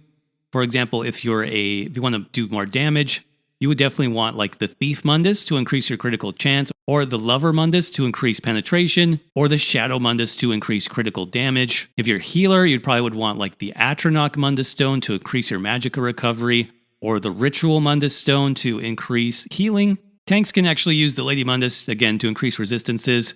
or I believe that's called the Lord Mundus. You increase your max health. That's another good one as well. But as I said, just pick up whatever you have access to right away. You can see this shows up as a permanent buff on your stat sheet, and you can see exactly what you got here to improve your character. Now you want to keep unlocking your Wayshrines. Make sure you discover those. Add them to your map, because that is your fast travel network, right? So now if I wanted to quickly travel back to town, I could use either my home or the Vocal Guard Wayshrine. And then if I want to travel back here, use the Windy Glade Wayshrine, I can go back and forth. And you'll find Wayshrines sort of connected all throughout the Overland zone to get you around faster. But you do have to discover them first. Keep looking for resources. Those crafting materials will definitely come in handy if you want to craft items yourself or just level up those skill lines. Of course, look for lore books, those blue tinted books that are going to help you level up your mage's skill line.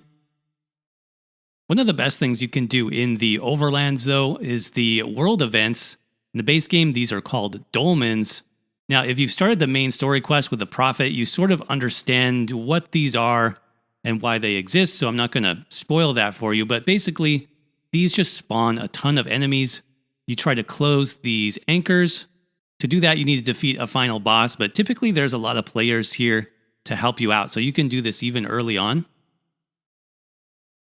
And there's a couple great reasons why you want to do this. As I close this here, you can see I get a nice boost to experience.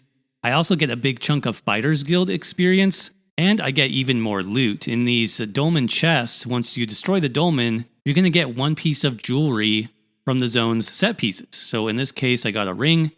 It was a ring of the Twin Sisters. So if I was interested in collecting this set, the best way to get the necklace or the rings is to farm these dolmens. Now, there's actually 3 dolmens in every Overland zone. Typically, they're spread out. So you'll have one here, one sort of at the middle, and then one sort of at the top around here. And sometimes players just use Wayshrines and go from one dolmen to the next. It's called a dolmen farm because, like you saw, you get a ton of experience. It's a very fast way to level up your Fighters Guild skill line, which is a very good skill line in ESO. Can unlock these abilities, and you get pretty good loot that you can either use for yourself or you can sell those jewelry pieces on guild traders if you find a set that people are interested in buying. Now, other zones have world events as well. It's not going to be dolmens, though. In the different chapters, they kind of had their own versions. So like Somerset has geysers, for example. The Elsewhere chapter zones actually have dragons instead of dolmens. So the world events for the chapter zones are actually quite a bit more difficult in some cases. But yeah, definitely a lot of fun, especially as you can participate with different players and earn some great rewards. Another piece of content you only find in these Overland zones is public dungeons. I highly recommend you do public dungeons as well, though these are definitely a lot harder than the basic delves that we saw earlier. There is an increased difficulty here having to do with more enemies, especially large groups of enemies that will attack you at once, and more challenging bosses. Now you can team up with other players here if you want. It does make it slightly easier. Most public dungeons also have a related side quest that you can do. These are usually really easy, so I recommend you do the side quest at the same time. Now, like delves, public dungeons will also have their own Skyshard, so you should pick that up while you're here. But unlike delves, which only really have one boss, public dungeons actually have around 4 to 5 bosses. These definitely can hit a lot harder, especially if you're doing public dungeon in a DLC or a chapter zone. You can see I definitely wasn't ready for that one. I even used my potion. But each boss will also drop a set piece for the current Overland zone.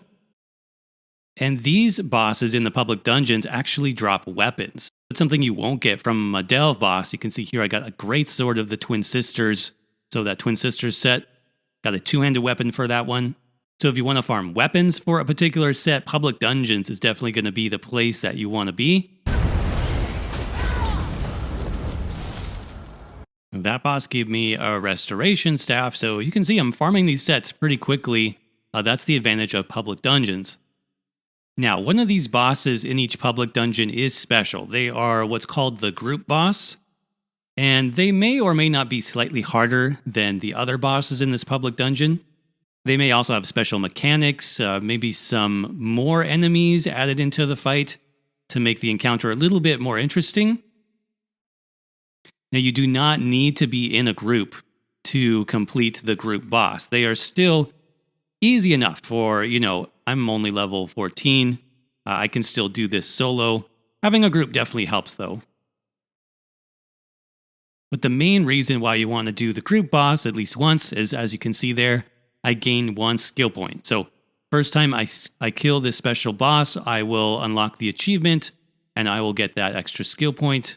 So it is really useful to farm public dungeons at least one time. Skill points in ESO are huge. As you saw, the more you can get, the better. Now, the other content you're likely to come across in Overland zones is the world bosses. Now, these have sort of the skull icon on your map, and these you want to be careful with, especially if you're under level 50. They deal a lot of damage, so I can try to solo this on my level 14 character, but I don't think it's going to happen. You're better off with just sort of waiting to see if somebody else is going to come along, but now that I have a lot of people here, should be no problem. But if it's your first time defeating that monster, you'll get an achievement, you'll get some bonus experience. And the great thing about world bosses is you do get more set pieces. This is great if you're looking for pieces like the chest or the helmet, for example. World bosses are one of the best ways to get those specific pieces. One more thing you'll discover out in these Overland zones is crafted set locations. These have an icon very similar to the Forge icon that we found in the main city. And this is where you can craft specific sets with different bonuses. So not crafting just basic equipment, but now 5-piece sets with different effects. You can see at this crafted set location, I have everything that I would need to craft pieces of set gear. I have blacksmithing station, jewelry crafting, woodworking, and clothing. And this particular set is called Death's Wind. So if I was to open up the woodworking station, for example, each crafted set requires a certain number of traits to be researched before you can actually craft that piece. You can see with the Death Wind set, I need to research 2 or more traits to be able to craft a set piece. Over on the right side, you can see the different set bonuses that come with Death's Wind.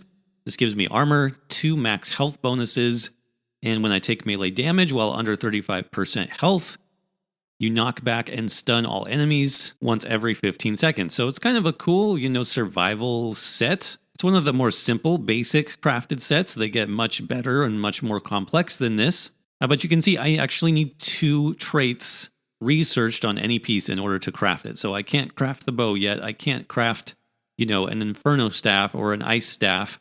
But remember, I was starting to research some Restoration staff traits. Previously, I researched the Powered trait. Did that a little while ago. And since then, I've also researched one other. I think it was, the Decisive trait. So the fact that I have now 2 of these traits researched on my Restoration staffs in general means I can now craft a Death's Wind Restoration staff if I would like to. So pretty much everything else applies to crafting here. You set the level using the specific components. You then set the style. Of course, I only have High Elf style on my High Elf character currently. And then you choose the trait. Obviously, I can only do traits that I've researched. But let's go ahead and craft this just to see how it works. And I will make sure to set the level to my current level, which is 14, and then craft that Powered Restoration staff. There we go. So if I wanted to use that, for example, I could put it on, let's say, my back bar. Here's my Restoration staff of Death's Wind. You can see with this equipped, I actually get the 2-item bonus, and that's because Destruction staff, Restoration staff, 2-hander, and bow all count as 2 set bonuses. That's because there are 2-handed weapons. So basically, you would have 2 slots here from dual wield. You could run 2 single-handed weapons and get two items for your set bonus. Or you could run 1 2-handed weapon and also get 2 set bonuses. So that's kind of how that works as well. But in terms of crafted sets, like I said, this one is very basic. Most Overland zones have 3, so they're all sort of spread out across the map. You'll have 3 different crafted sets that you can craft for yourself if you know enough traits. And like I said, the spread and sort of complexity of these sets is all over the place. They'll start with, basic ones. You need 2 traits researched all the way up to 9 traits. There are some crafted sets which require that you learned all 9 traits before you can actually craft anything from that set. Those are the more advanced crafted sets. And now that we're here, this would actually be a great time to talk more about those traits and what they can actually do for your character and your build. We did start off by talking about Powered, which increases your healing done by 5% for just a basic, white quality normal weapon. This scales up higher based on your upgrades. So if you upgrade your weapon eventually to legendary quality, this will be higher, 7, 8%, something like that. So Powered is excellent if you plan on being a healer for group content. If you want to be a healer for Dungeons and Trials, Powered is very good because you will heal for more health. This can also be great for PvP builds for a little bit more survivability, keeping yourself or your group mates alive a little bit longer. It's a very good trait to pick up. Next up is Charged. Charged increases your chance to apply status effects. So these are things like the Burning status effect, Poisoned, Diseased.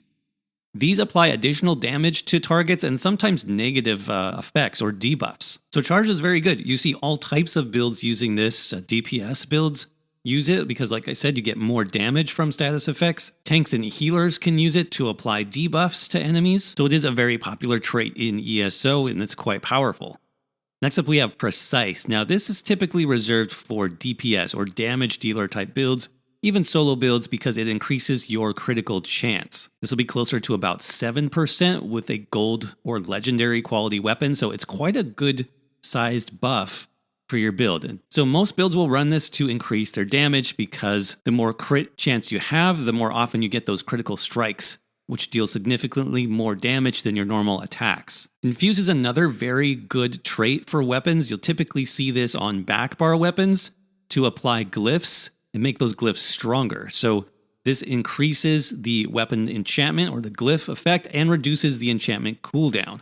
You can combine this with a weapon and spell damage glyph, for example, and get a very big buff to your overall stats. Tanks and healers can also use this with different debuffing glyphs like the Crusher enchant, for example, which reduces enemy armor, to make those enchantments even stronger. So this again is another popular choice for weapon traits.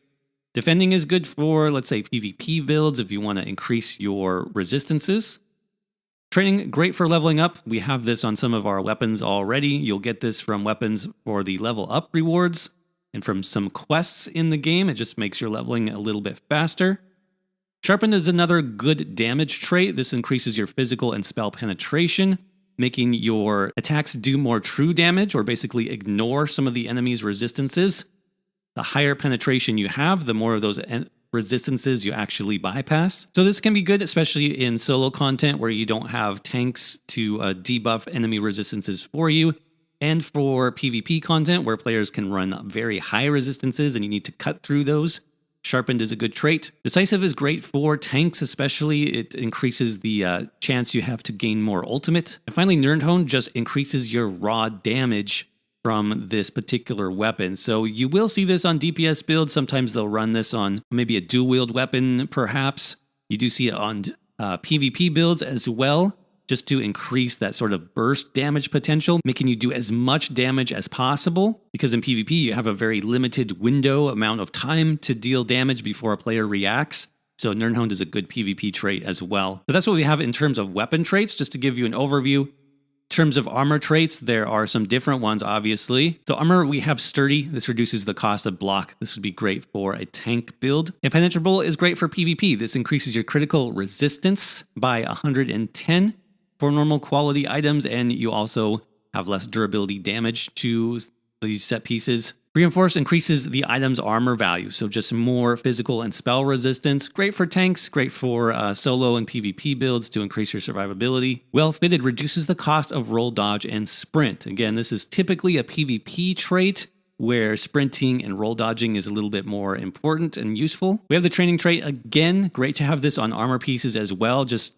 because these stack, right? So if I have armor pieces with training, if I have weapons with training, I'm going to level up even faster. Infused can be used to increase your enchantment effect. So you can see this typically on armor pieces, such as the helmet, the chest, and the legs, because those glyphs actually give more value. They give higher numbers.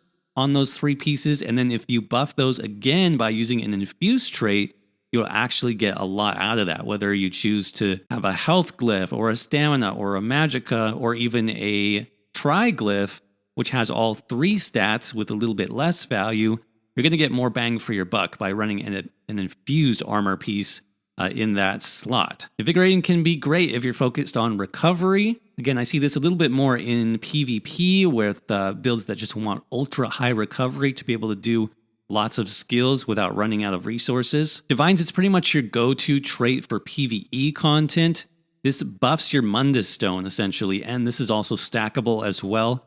So imagine you have, 7 pieces of Divines. This is going to give you over 30% bonus to your Mundus Stone.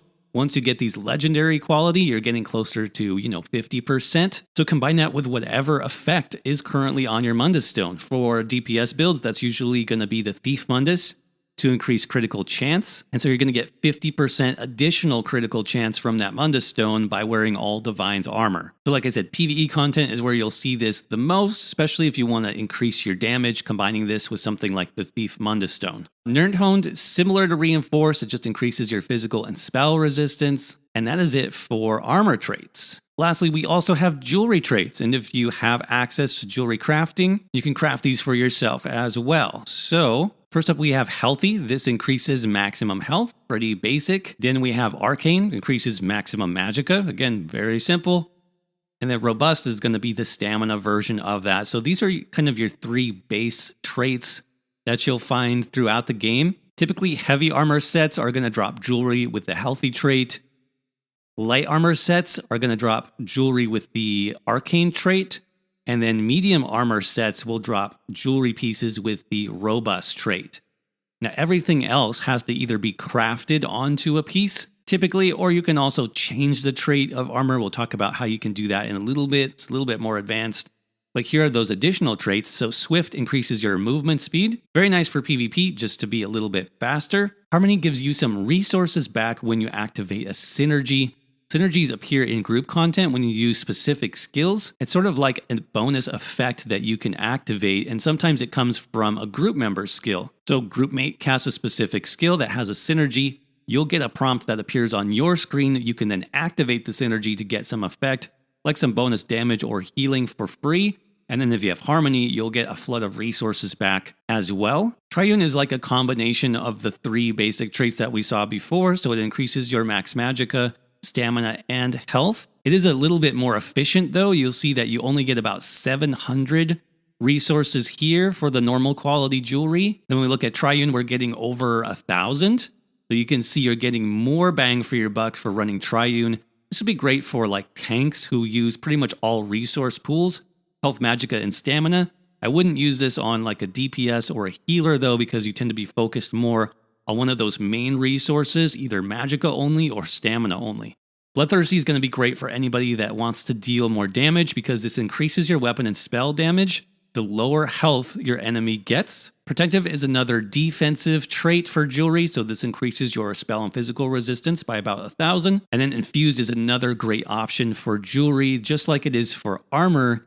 This increases the effect of your enchantment. So if you're using a, let's say, weapon and spell damage glyph, you're going to get more weapon and spell damage on that ring or that necklace than you would have if you use something else. Now, typically for damage, especially as we look at longer fights, things like dungeon content and trial content, Bloodthirsty tends to win out in terms of just raw damage, especially in longer fights, like I said. Infused, you'll see this more on like tanks and healers that combine this with a recovery glyph, for example. So in those longer fights, for those types of builds, you need lots of recovery. You can combine that in that case. For damage dealers, you might see this more on like a PvP build where you want a ton of damage up front to try to get an enemy's health down as quickly as possible. You could use maybe some infused weapon and spell damage glyphs in that case. Now, the other question you might have about crafting specifically, or just item sets in general, which is in terms of those armor pieces, which one is better, right? Should I wear heavy armor?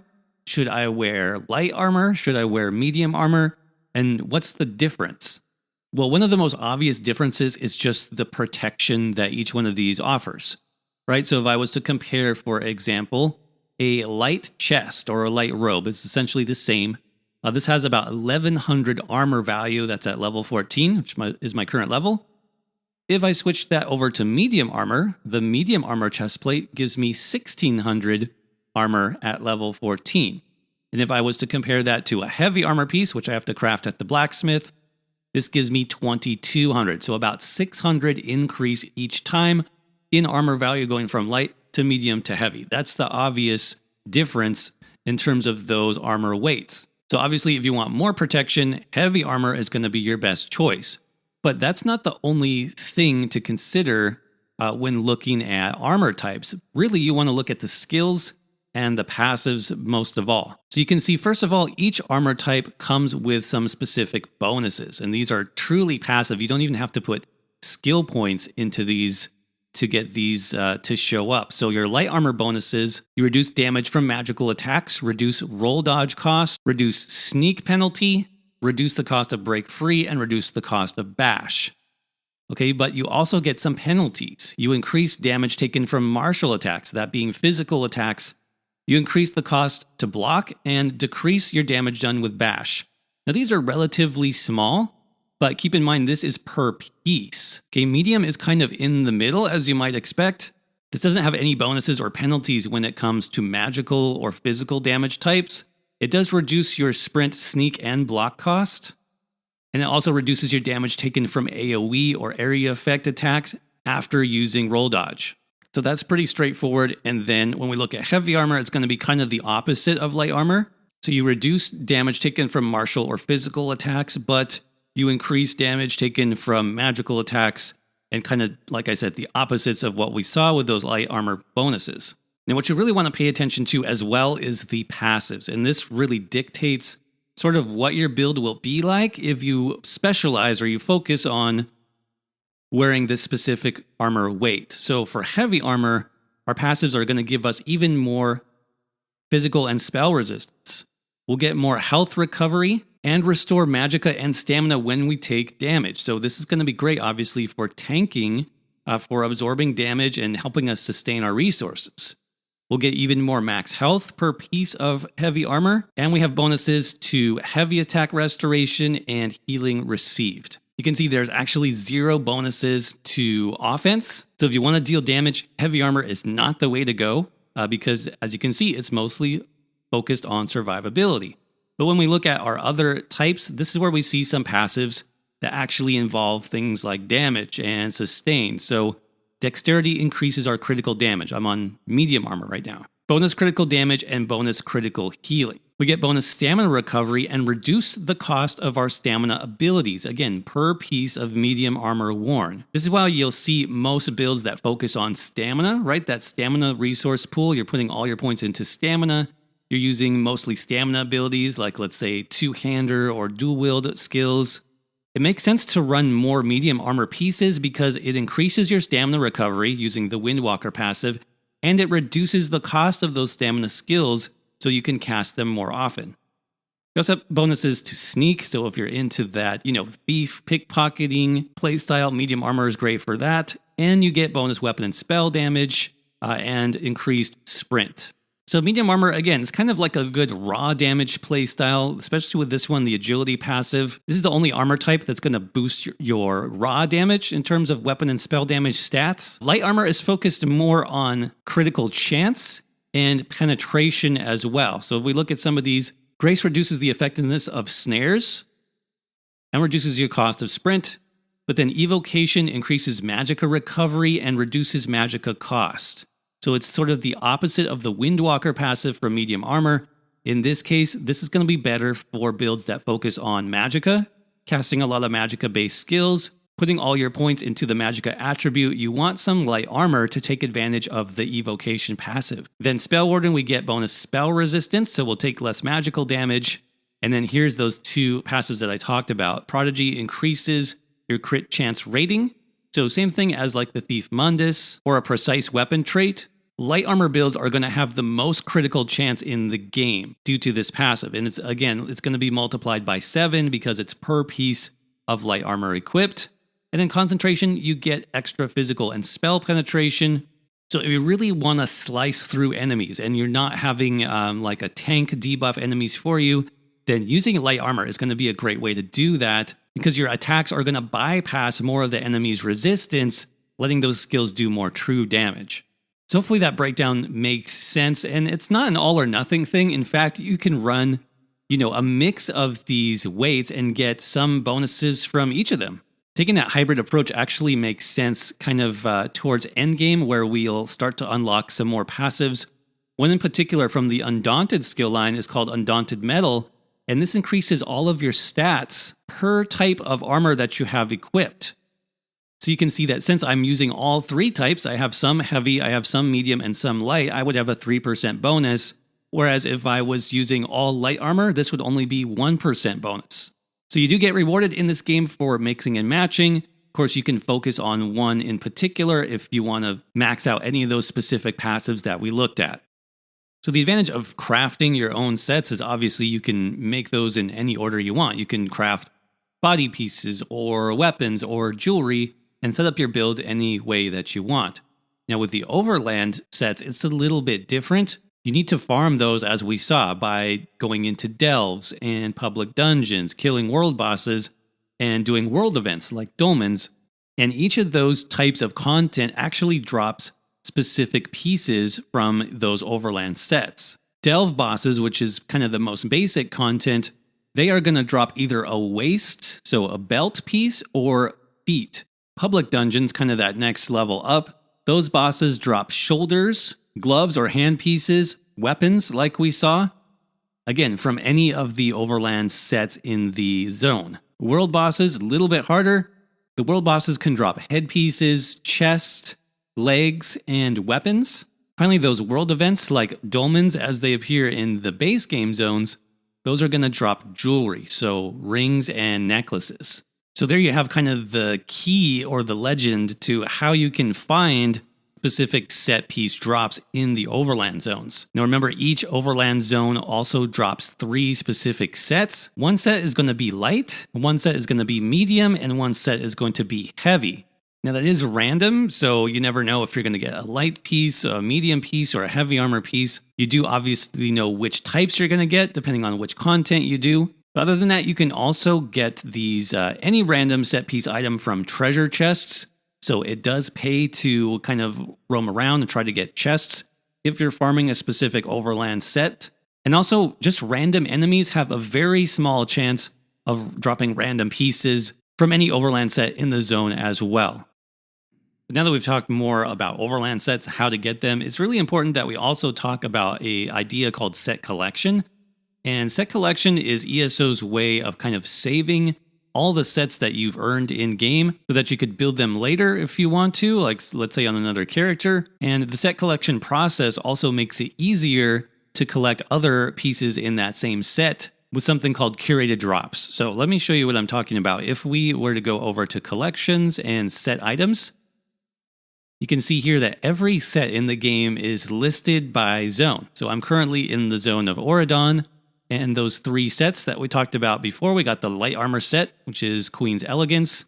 We have the medium armor set, which is Twin Sisters. And we have the heavy armor set, which is Veiled Inheritance. So you can see that every set has the same pieces, right? There's chest, there's legs, the different armor pieces. There's all the different weapon types. So daggers, axes, maces, swords. There's 2-handed swords. There's 1-handed. There's destruction staff, restoration staff, shields, right? There's everything here, including jewelry. Those are all the possible set pieces for every set. Now, the game keeps track of those for a couple reasons. Like I said, through crafting and reconstruction, if I've collected a piece, and let's say I destroy it or I sell it, I can actually make another one later, and I could even make it at a higher level. That's called set reconstruction. Now, the other really cool thing is called set curation, and that means that any of the set pieces that I have not collected yet is more likely to appear the next time I get a set drop. So, for example, if that monster is able to drop, shoulders and let's say hands and weapons, like let's say it's a public dungeon boss, well, since I already have the shoulders and the gloves collected for the Veiled Inheritance set, that boss should only drop weapons until I've collected all the weapons. And once I've collected everything that the boss can drop, and then goes back to random. So that's this idea of set curation. Hopefully it's going to let you collect these set pieces a little bit faster. Again, that's based entirely on the rules for that particular boss or encounter. So even though I've collected all the jewelry pieces, that doesn't mean the dolmen is going to start dropping weapons for me, because dolmens can't drop weapons. I'm still going to get a random jewelry piece. So it's really more useful when it comes to like public dungeon bosses and world bosses. When you're trying to farm the weapon pieces, you can see there's so many different weapon pieces that these are typically the last ones you'll be able to collect. Now, how you actually collect the items is important, because just picking up an item from an Overland set does not mean that you have collected it. I have a couple examples here in my inventory of weapons which I picked up. Here's one, Greatsword of the Twin Sisters. You can see on the tooltip, it actually says it's not collected, which means it's not in my collection yet. I have the same thing here for Sword of the Veiled Inheritance, also not collected. So the different ways you can add these to your collection, you can just sell it to a merchant for gold. That'll add it to your collection. You can also equip it on your character if you wanted to use it, for example. I can equip it and collect the item. You can see there it's updated my sets, and I've collected the Sword of the Veiled Inheritance. The other way is just binding the item. So once an item has been bound to your character, you cannot trade it, you cannot sell it. You can put it in the bank and you can give it to other characters on your account if you would like to. But once an item has been bound, you basically can't trade it or give it to somebody else. So in the menu, there's also the option to simply bind it without equipping. You can see it's going to permanently bind the Greatsword to my account. And again, that should add it to my collections. Now it says it's collected, and if I were to go back to that collections menu, you can see I have the Sword of Veiled Inheritance, and I also have down here my Greatsword of the Twin Sisters, now part of my set collections. So something that we haven't really talked about as of yet is death and fall damage. So fall damage is a thing in ESO, as you probably would expect. It can be quite punishing. So as the death recap tells us, make sure to watch your step, especially if you're mounted. Very easy to lose control of your character when that happens. But basically, when you die, you have a few different options. You'll see a screen like this, the death recap screen. Now, it can be useful to toggle this and see what different damaging effects you've taken. If you keep dying over to a certain boss or a specific like dungeon encounter, or even in PvP, you'll be able to see on this screen exactly what killed you, how much damage it gave you, so you can plan a little bit better for next time. But basically, my two options now for death is I can do quick travel to a Wayshrine, and will send me to the nearest Wayshrine, or if I want to be revived on the spot, I can use a filled soul gem. So let me go ahead and do that. Typically, using your soul gem is better, so you don't have to go all the way back to the Wayshrine. You can see you'll be sort of ghostly for a few seconds. You can't do anything, can't cast skills, you don't take damage, you can't heal, but now I'm back to normal. And now, like I said, you will need a filled soul gem in order to revive yourself or to revive another player. Empty soul gems will not work for that. You can fill those up if you have empty ones by using the soul magic skill line. Similar to other Elder Scrolls titles, you can fill an empty soul gem with the soul trap ability. But I typically have a lot more filled soul gems than empty.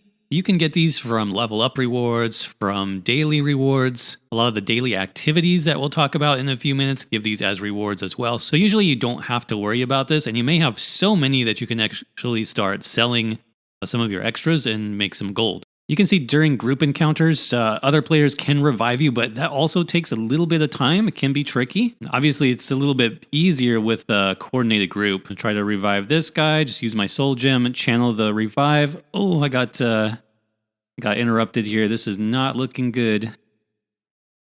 Yep, this is not looking good. At least I'm getting some Fighters Guild experience from all these undead. This is not good.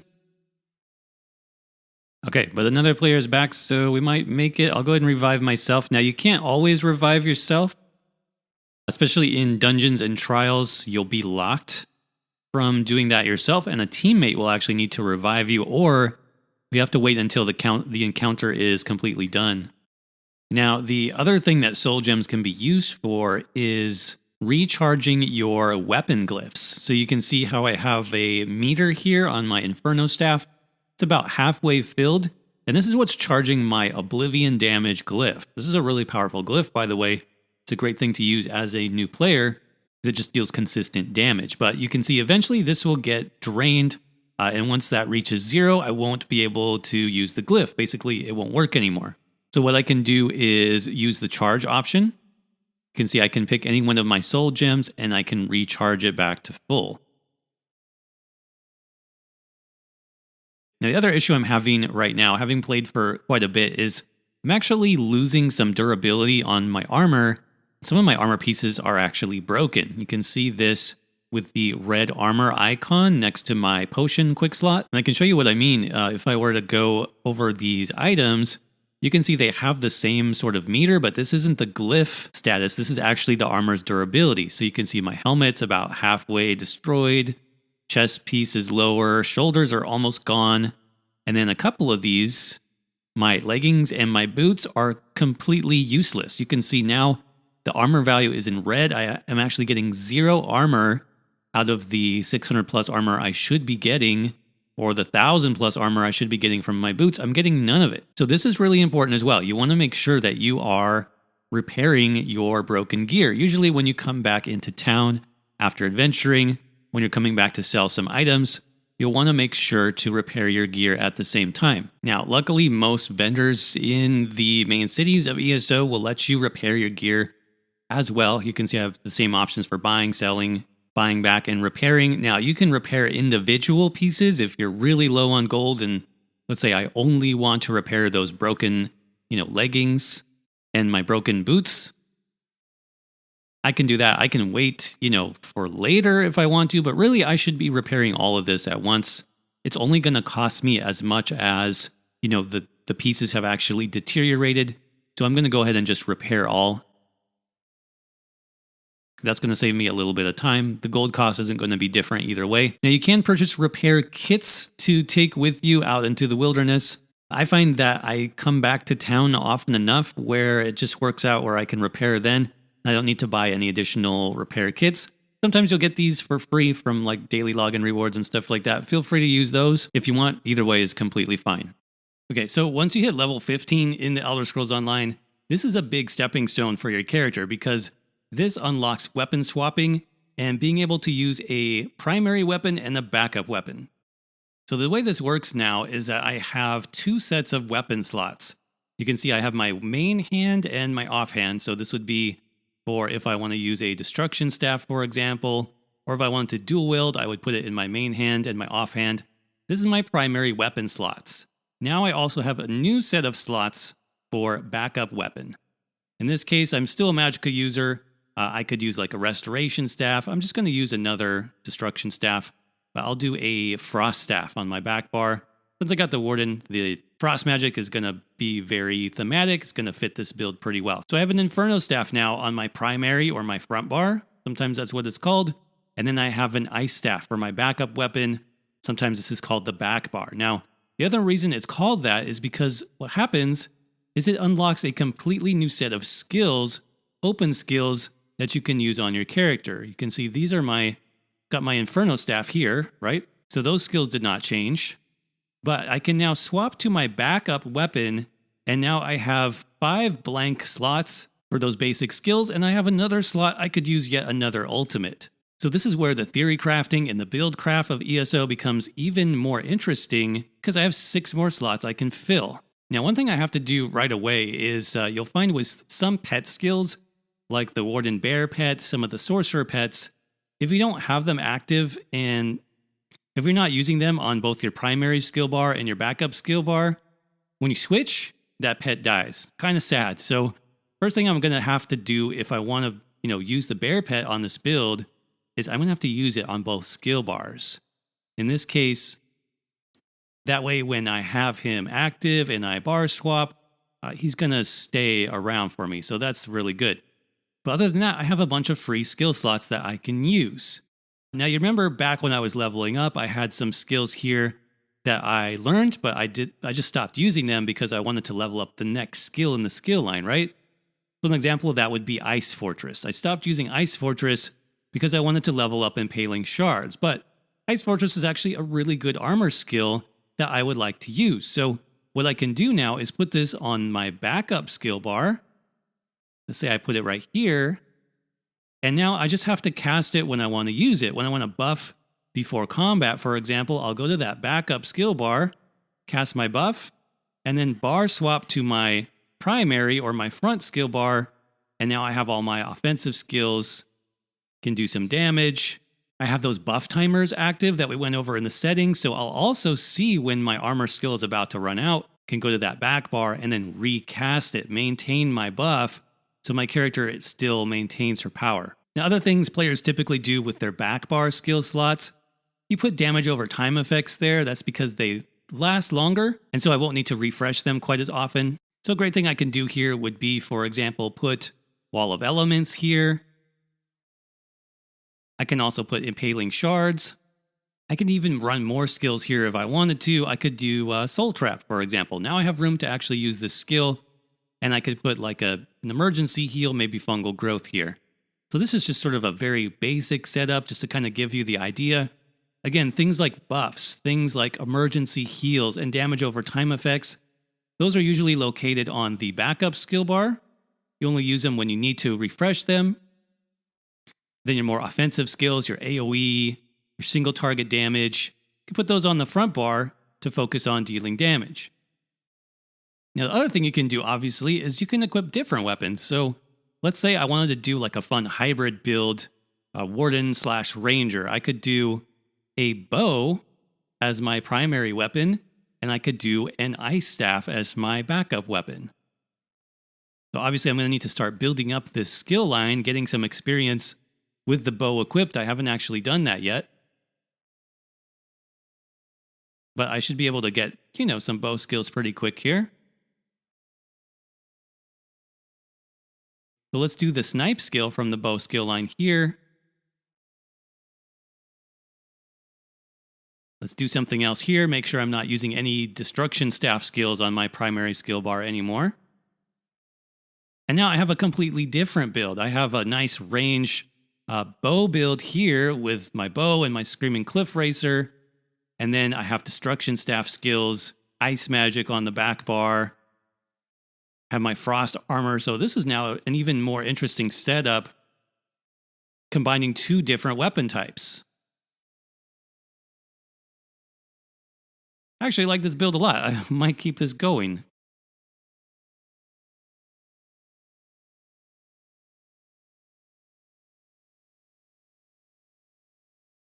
So there you go, just some fun different options you can consider.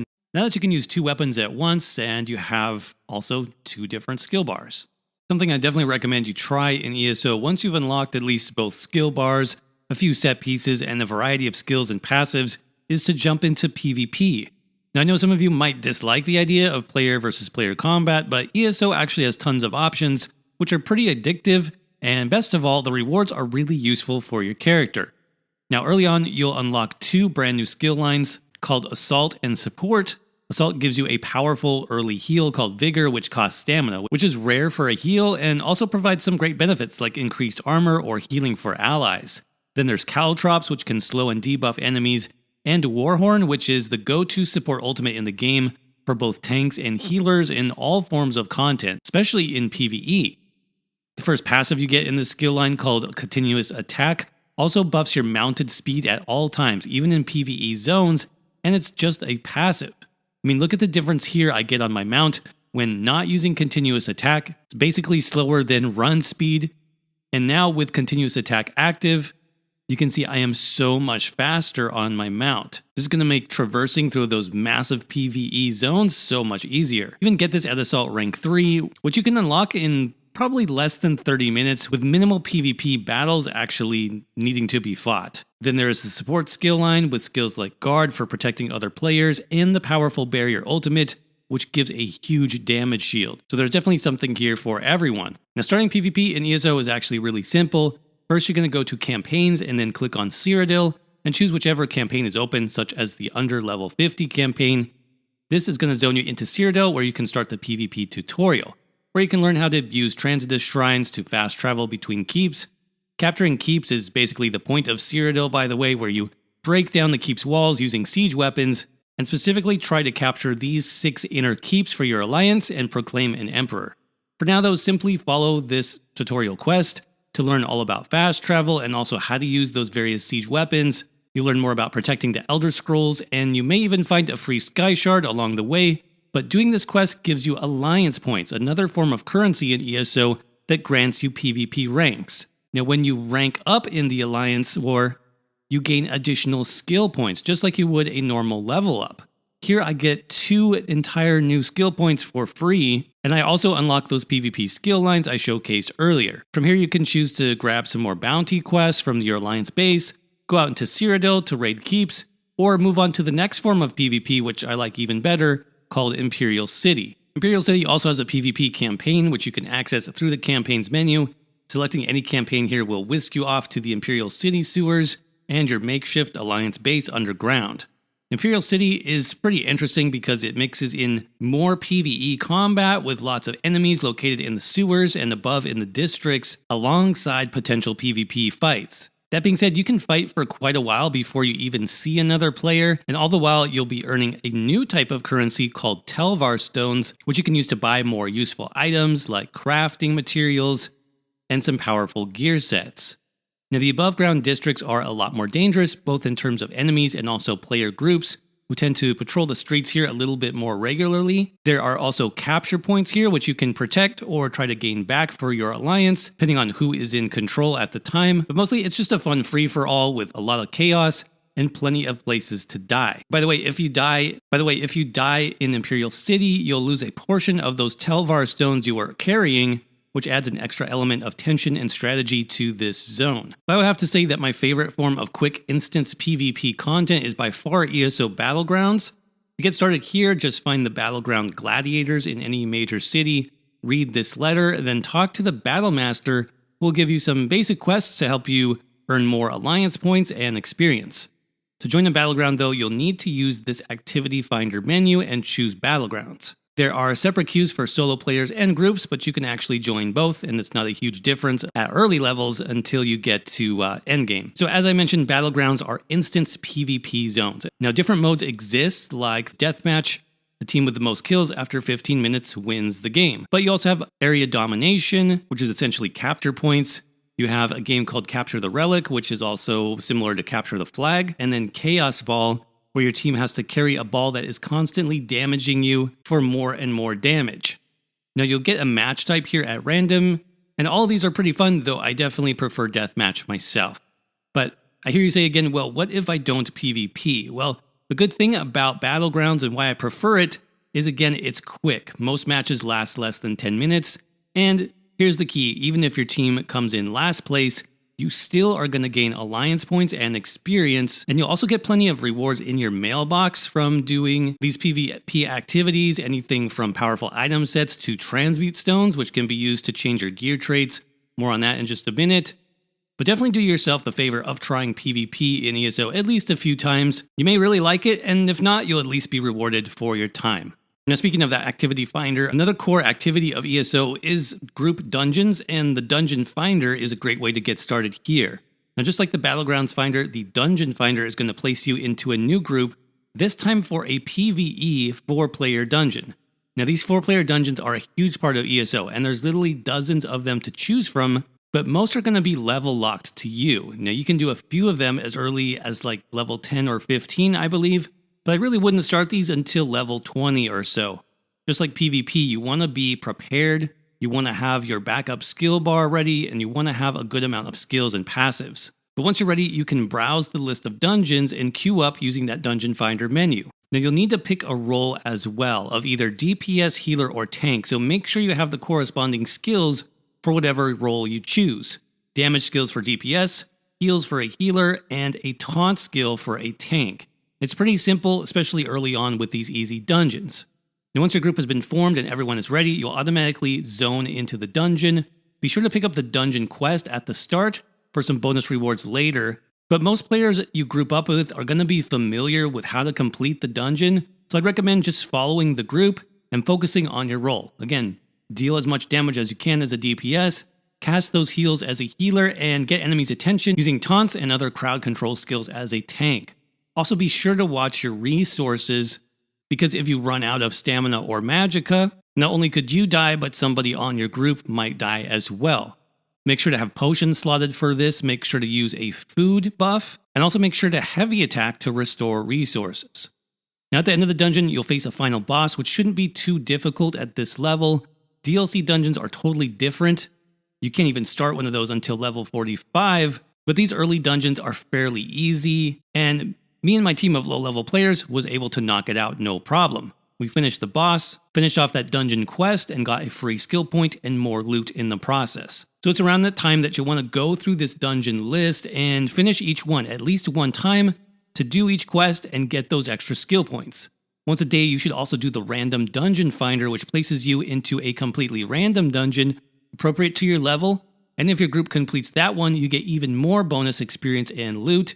This is another great tip for leveling up, by the way, especially if you have an experience scroll active. You can see for this one, I actually leveled up twice, which is amazing.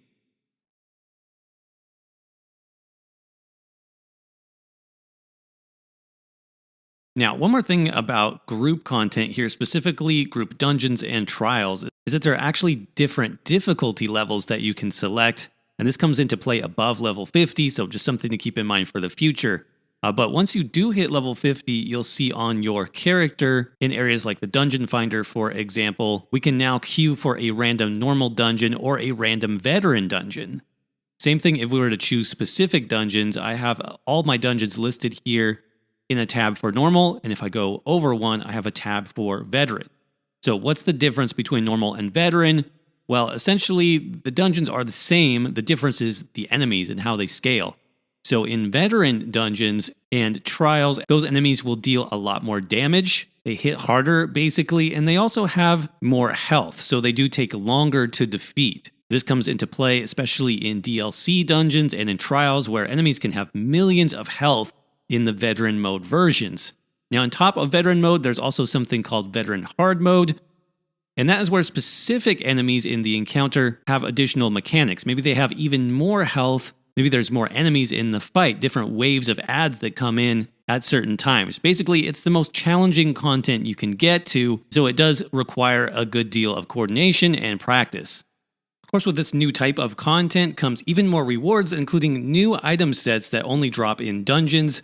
These sets often have powerful effects and are great for all types of builds, including tanks, healers, and DPS, and just like the Overland set weights that we saw earlier, dungeon sets also come in groups of 3 different set weights per dungeon, 1 light armor set, 1 medium set, and 1 heavy set. Now, with the addition of our veteran dungeon mode that we mentioned earlier, we can unlock even one more type of dungeon set, and that is monster sets. These are 2-piece item sets composed of a head piece and shoulder piece, with the head being dropped only from the final boss of a dungeon, and only if that dungeon is completed in veteran mode or on veteran hard mode. The shoulder piece can be earned by completing quests for ESO's Undaunted Guild, which reward keys to chests which contain random shoulder pieces, which will match with a corresponding monster helmet. But it doesn't even stop there. More advanced sets are also available in many other forms of content. There's trial sets, there's PvP sets, battleground sets, arena sets, and even class sets in ESO's newest feature, that being the Infinite Archive.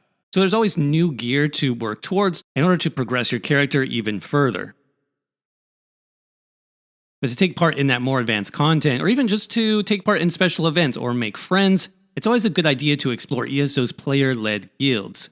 Now, similar to the Dungeon Finder, there is actually a guild finder and application system built right into ESO, and it's a great way to connect with other players. Here, you can search for the type of guild you're interested in, including trading guilds, group PvE guilds, role-playing, social, PvP, questing, and crafting. You can apply it to up to 5 guilds at once. As I said, it's a great way to connect with other players and even learn a few new things about the game.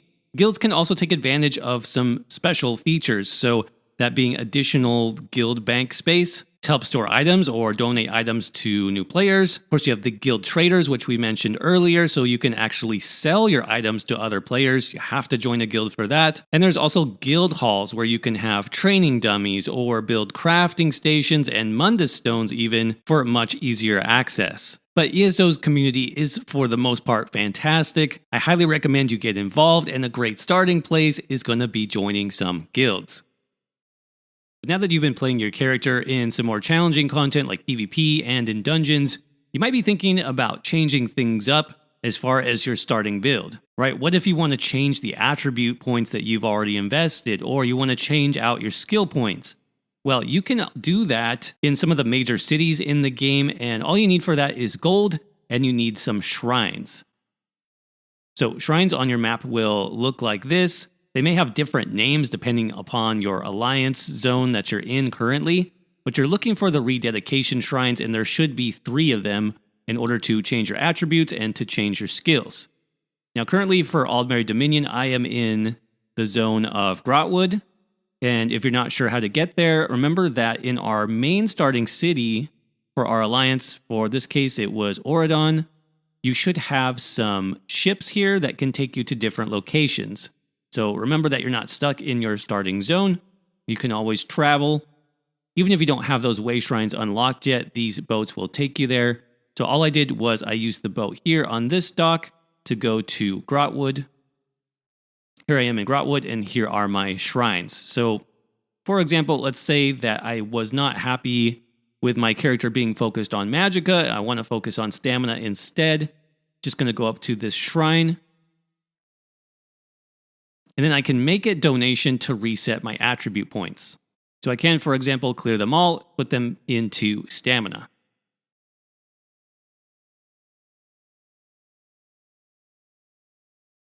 Now the other option is to respec your skill points, and you can do this in 2 ways. You can respec only the morphs, which is a nice way to save some gold, because all this will do is let you change from one morph to the other. Whereas if you reset your skills, this is all of your skill points. So morphs and the basic skills, this is obviously going to cost more gold because it's letting you reset more of the skills that you've chosen. But for example, if I just did my morphs, I could change Screaming Cliff Racer to a stamina morph called Cutting Dive. I could change Deep Fissure to another stamina morph called Subterranean Assault. And if I do that, it'll switch just those morphs for that amount of gold. Notice that I can't remove anything else. I can't remove this basic skill, and I cannot remove any passives. But if I choose the more costly option, that's where I can make those bigger adjustments.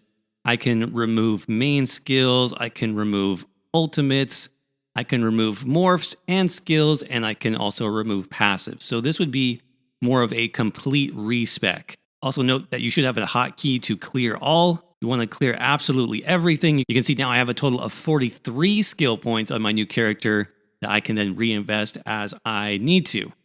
But even if you've changed your skills and your attributes, what if you need to change your actual gear itself? Well, that's where the transmutation system comes into play, as well as reconstruction. Transmute stations were introduced back in the Clockwork City DLC, and you can still find one here, or you can purchase one for your own home or guild hall. It's here where you can take any of your gear set pieces and change their trait to something completely different.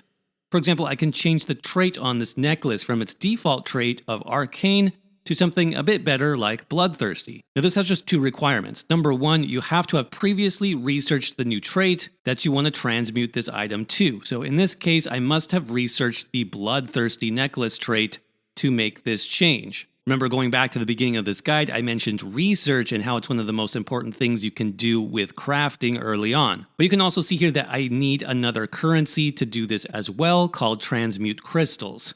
How do you get Transmute Crystals? Well, it's mostly through group content and the Activity Finder, so those random dungeons and random battlegrounds that we looked at earlier. So assuming you have both enough crystals and you've previously researched the trait, you can change that gear piece to any trait that you want and eliminate the need to farm gear for your perfect trait.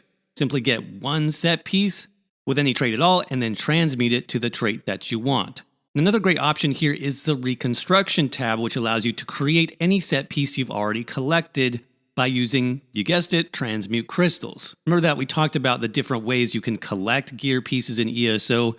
Typically that has to do with binding it to your character, but also trashing it or selling it to a vendor. These are actions that collect the gear and put it in your sticker book, which you can see here. So to make use of reconstruction, let's say that I wanted to build a new Mother's Sorrow necklace with a Bloodthirsty trait. Now I can do that again because I've collected the necklace for the Mother's Sorrow set and because I've researched the Bloodthirsty trait.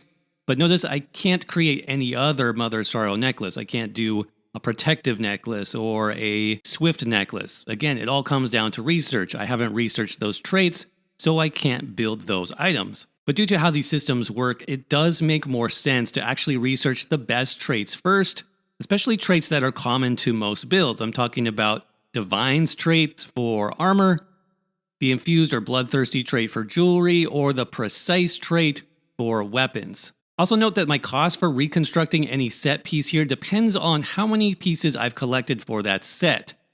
And if I've collected them all, I get down to the minimum cost, which is 25 transmute crystals, and this process now actually becomes cheaper than actually transmuting the piece, which always costs 50.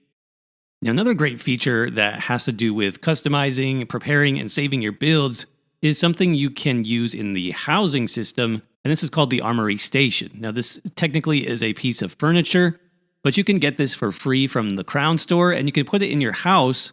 Basically, it's a way to save everything that you've added to your character, including, your skills, your attribute points, gear loadout, even champion points, which we'll talk about in just a minute. But you can basically save your build exactly as you have it set up, and then you could re-equip new gear and new skills, respec your attributes to make a completely different build for something else. So maybe I have one build for PvP and another build for PvE, or one build for soloing and another build for group content. I can store those in my Armory Station and I can swap to them whenever I want. And this is going to save you so much time, especially when you get to endgame and builds become a little bit more complicated. This is a great system to make use of. So you can see here on my Templar character, I've just set up sort of an easy solo build, and I've saved all of my current skills, front bar and back bar, champion point, loadout, attributes, weapons, armor, basically everything that goes into making your build what it is.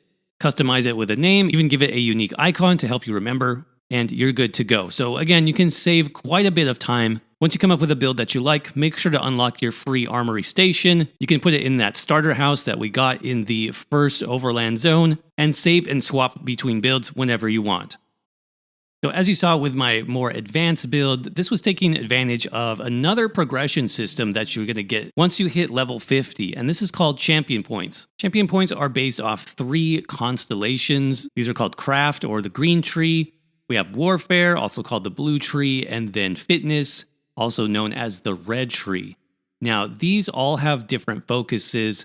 The Craft tree is, as you might expect, sort of focused on crafting, quality of life improvements, different things that don't necessarily affect your combat. Then Warfare is all about damage, healing, and tanking, so there'll be something here regardless of the role that you decide to play. And then the Red Star Fitness is more about survivability, so we have things like speed, damage reduction, resource management, increased armor. Those are the types of bonuses we can get from the fitness tree. Now these are called trees because they do follow a progression from node to node.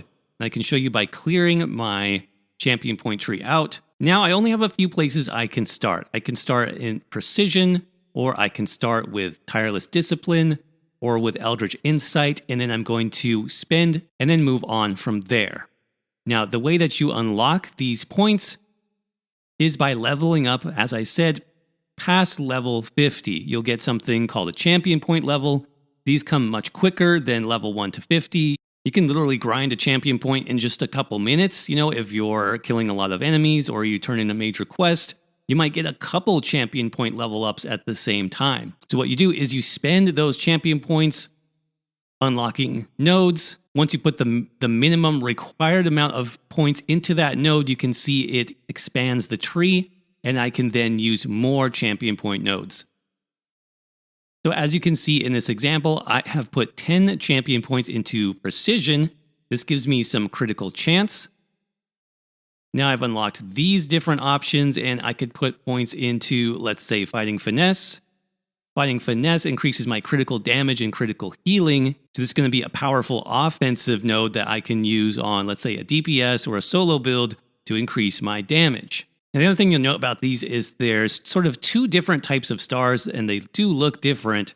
You can see this one with the gold tint looks different from this one, which is much brighter and shining here. The way these are different is the gold stars are passive. You just simply get the bonus by putting in the points.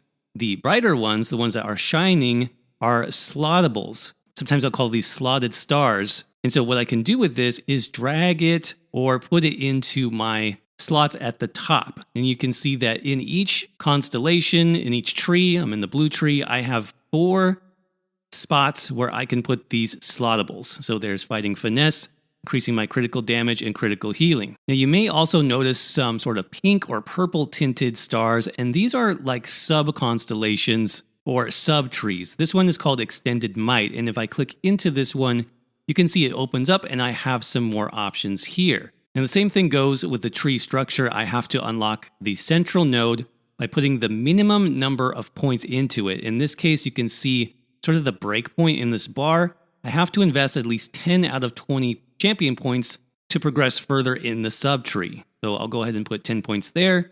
You can see now I've unlocked the surrounding nodes. And I'll do something here like Weapons Expert. This is very good for if I have a heavy attack focus build. This is going to increase my damage done. Finally, note that you do have those different breakpoints, up to 5 in this case. Those are called stages, and basically the bonus gets progressively better with each stage that you unlock. It's going to be different for each star. This one goes by 10s, so you can see it starts at 0, goes up by 10, so 0, 10, 20, 30, 40, 50 points, and I'm getting 4% bonus damage for each 10 points that I invest. And don't forget, since this is a shining, bright, slottable star, I'm going to need to put it up here in my bar to actually take advantage of that benefit. And the other thing here that is sometimes confusing is the way that your champion points are split.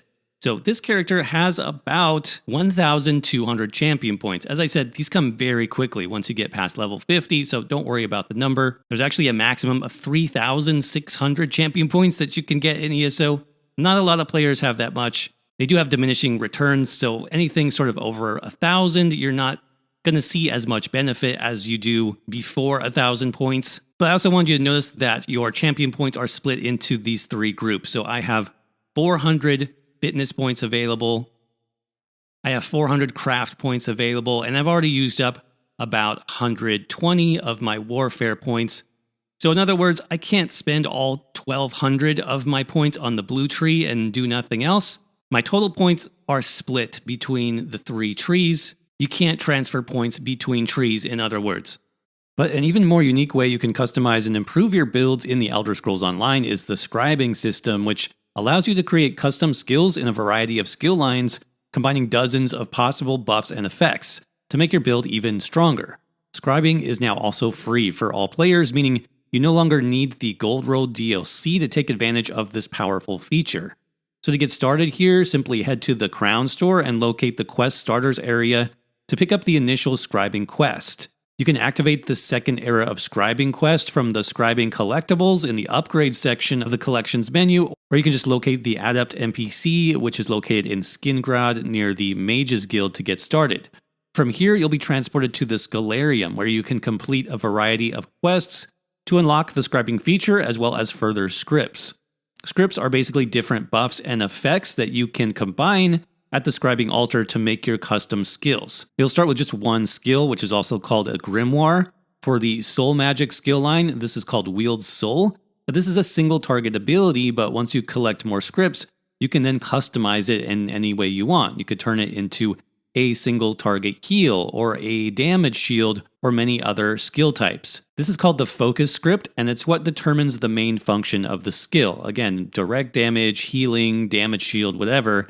But you also have other types of scripts. You have a signature script, which gives you more unique effects like heal over time, damage reduction, or even class-specific effects. And then you also have what's called the affix script, which allows you to also attach a named buff to the skill like Major Brutality and Sorcery, which increases your overall damage. Now you'll have a small amount of scripts in all 3 types to start with, but as you continue playing the game, you can earn or buy more scripts. So it really is a massive system with dozens, if not hundreds, of combinations that are possible. But just as an example, on my updated Stamina Warden build, I use the two-handed smash skill with scripts for AoE poison damage, combined with the leeching signature script for some self-healing, and an affix script which gives me the major prophecy and savagery buffs for even more critical chance on my character. So again, the possibilities are nearly endless here, and this is a great system to fill in any gaps in your build that might be missing from your other class skills. Speaking of class skills, ESO added even more build options in 2025 with the introduction of the subclassing system, which allows you to replace up to 2 of your class skill lines with new class skill lines from other classes. Now, the only requirements here to get started are that your character is level 50, and you must start the subclassing quest by speaking to Batra at Hunding, who you can find in 3 base game zones. You can find her in the city of Dune, that's in the zone of Reaper's March, as well as the city of Evermore in the zone of Bankarai, and finally in the city of Riften in the zone of the Rift. Now, once you speak to her, you'll get your subclassing starter quest. You'll learn a little bit about the different backgrounds from all the current classes in the Elder Scrolls Online, and then you'll be able to pick your disciplines, which again is basically mixing and matching class skill lines. Now, as I said, you can replace up to 2 of your class skill lines here with the subclassing system. The replacement skill lines you pick are up to you, but I do highly recommend you think about your build first, do a little bit of research, and figure out what additional skill lines are going to help your build be better. So, for example, if your goal is to solo harder dungeons, then take a skill line that helps with survival, something like the Stormcalling skill line from the Sorcerer class, which has access to Critical Surge for more healing and Hurricane for more speed and defense. Or if your goal is to do more DPS, then pick a skill line focused on damage, such as Nightblade's Assassination skill line, which comes with an Execute, as well as a very strong ultimate and other strong damage abilities. If your goal is to be a better healer, then take an additional healing-focused skill line, such as Siphoning from the Nightblade class or Green Balance from the Warden class, both of which offer very strong healing and buff skills. And if your goal is to be a tank, then add in another tank-focused skill line, such as Earthen Heart from the Dragonknight, Bone Tyrant from the Necromancer, or Soldier of the Apocrypha from the Arcanist class. As you're doing this process, you can review the skills and the passives from each skill line before you make a decision. Don't forget too that passives also play a very important role in making your ESO build perfect, so you need to consider those too. For example, if your goal was to make the ultimate Lightning Staff heavy attack build, you might choose Stormcalling for its bonus to shock damage, combined with Gravelord for its bonus to damage over time, and then Assassination for its bonus to critical chance and critical damage. But keep in mind, this is just a starting point. There are so many possible combinations now with subclassing that there really are no rules here. As always, you want to find what works best for you and your preferences, including the theme that you want for your build, and what you want your build to be capable of doing, and let that help make your decision for you. Most importantly though, just have fun, because this is a really fun feature and lets you customize your build now basically any way that you want. Another amazing feature in the Elder Scrolls Online is the companion system. Companions are essentially your adventuring buddy, and they're great for helping you complete more challenging content on your own that you wouldn't normally be able to do. Now, they can't join you in PvP, but they can join in PvE content, like against world bosses, help you with world events, and even help you through 4-player dungeons and arenas. In fact, you can even try to solo that 4-player content with nothing but you and your companion, and it is actually doable in some cases if you set them up the right way. Now, each companion is also built around a specific class theme, and they all have their own strengths in combat, as well as different personality quirks. In fact, companions have their own likes and dislikes, and will call you out on it if they like what you're doing or they disapprove. And finally, companions progress their level and skills through combat, so it does make sense to grab a companion early on, finish their starting quest, and have them join you and then level them up as you level up. As I said, it can make some content easier, and it's also just a really fun and detailed system. Now, another great system you'll want to start working on eventually is called Antiquities, which starts in the Greymoor chapter, but is used throughout the game. Now, Antiquities includes the new skill lines of Scrying and Excavation, where you traverse Tamriel as sort of a mystical archaeologist of sorts, uncovering remains of ancient items that you can then piece together to form mythic set items. Now, these are extremely powerful one-piece item sets like the Ring of the Pale Order, which heals you back whenever you deal damage, or the Oaken Soul Ring, which limits you to one skill bar but gives you tons of powerful buffs in the process. Now, this system does take a bit longer to level up, but is definitely worth the investment because you'll want to start using these items once you hit endgame to make your build stronger or just give you more options.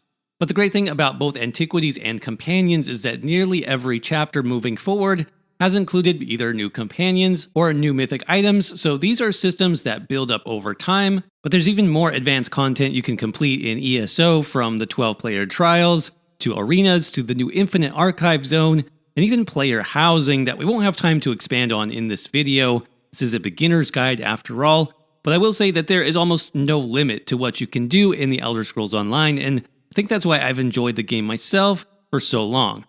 Seems like there's always something to do or somewhere new to explore, and every year even more content gets added to the game, so it's something you can truly invest in going forward. Now, if you'd like some of those additional resources on more advanced content, I definitely recommend you check out our website. Just Google Hack the Minotaur or head over to hacktheminotaur.com. Over there we have hundreds of builds and guides for ESO at this point. We're always adding new content to keep up with the game, so go check those out when you have a chance. And lastly, don't forget to like this video if you got some use out of it, and ask any questions you have down in the comments section below. Or if you have advice for new players, make those comments too. And as always, I hope you're doing well, stay safe out there, and I will see you around in the next video. Hey everybody, if you're struggling at all with the Elder Scrolls Online, I definitely know the feeling. I struggled with this game for months. The biggest problem I had was, even though the game says you can play any way you want, it never really teaches you how. Like I said, it took me many months of teaching myself how the game works before I could actually start to make builds that were truly effective and fun to play. Well, today I'm excited to let you know that I finally put down my system for creating builds into a simple step-by-step guide that you can now learn and use to create your own fun and powerful builds yourself. We're calling this the ESO Zero to Hero Academy, and it's being hosted through Podia, which is an amazing online learning platform. So far, our Ultimate Build Guide has over 25 lessons and over 2 hours of content designed to take you from a beginner to a master theory crafter, not in years like it took me, but in just a few hours. So if you want to check out the guide and preview all of the included lessons, just click on the link below to learn more.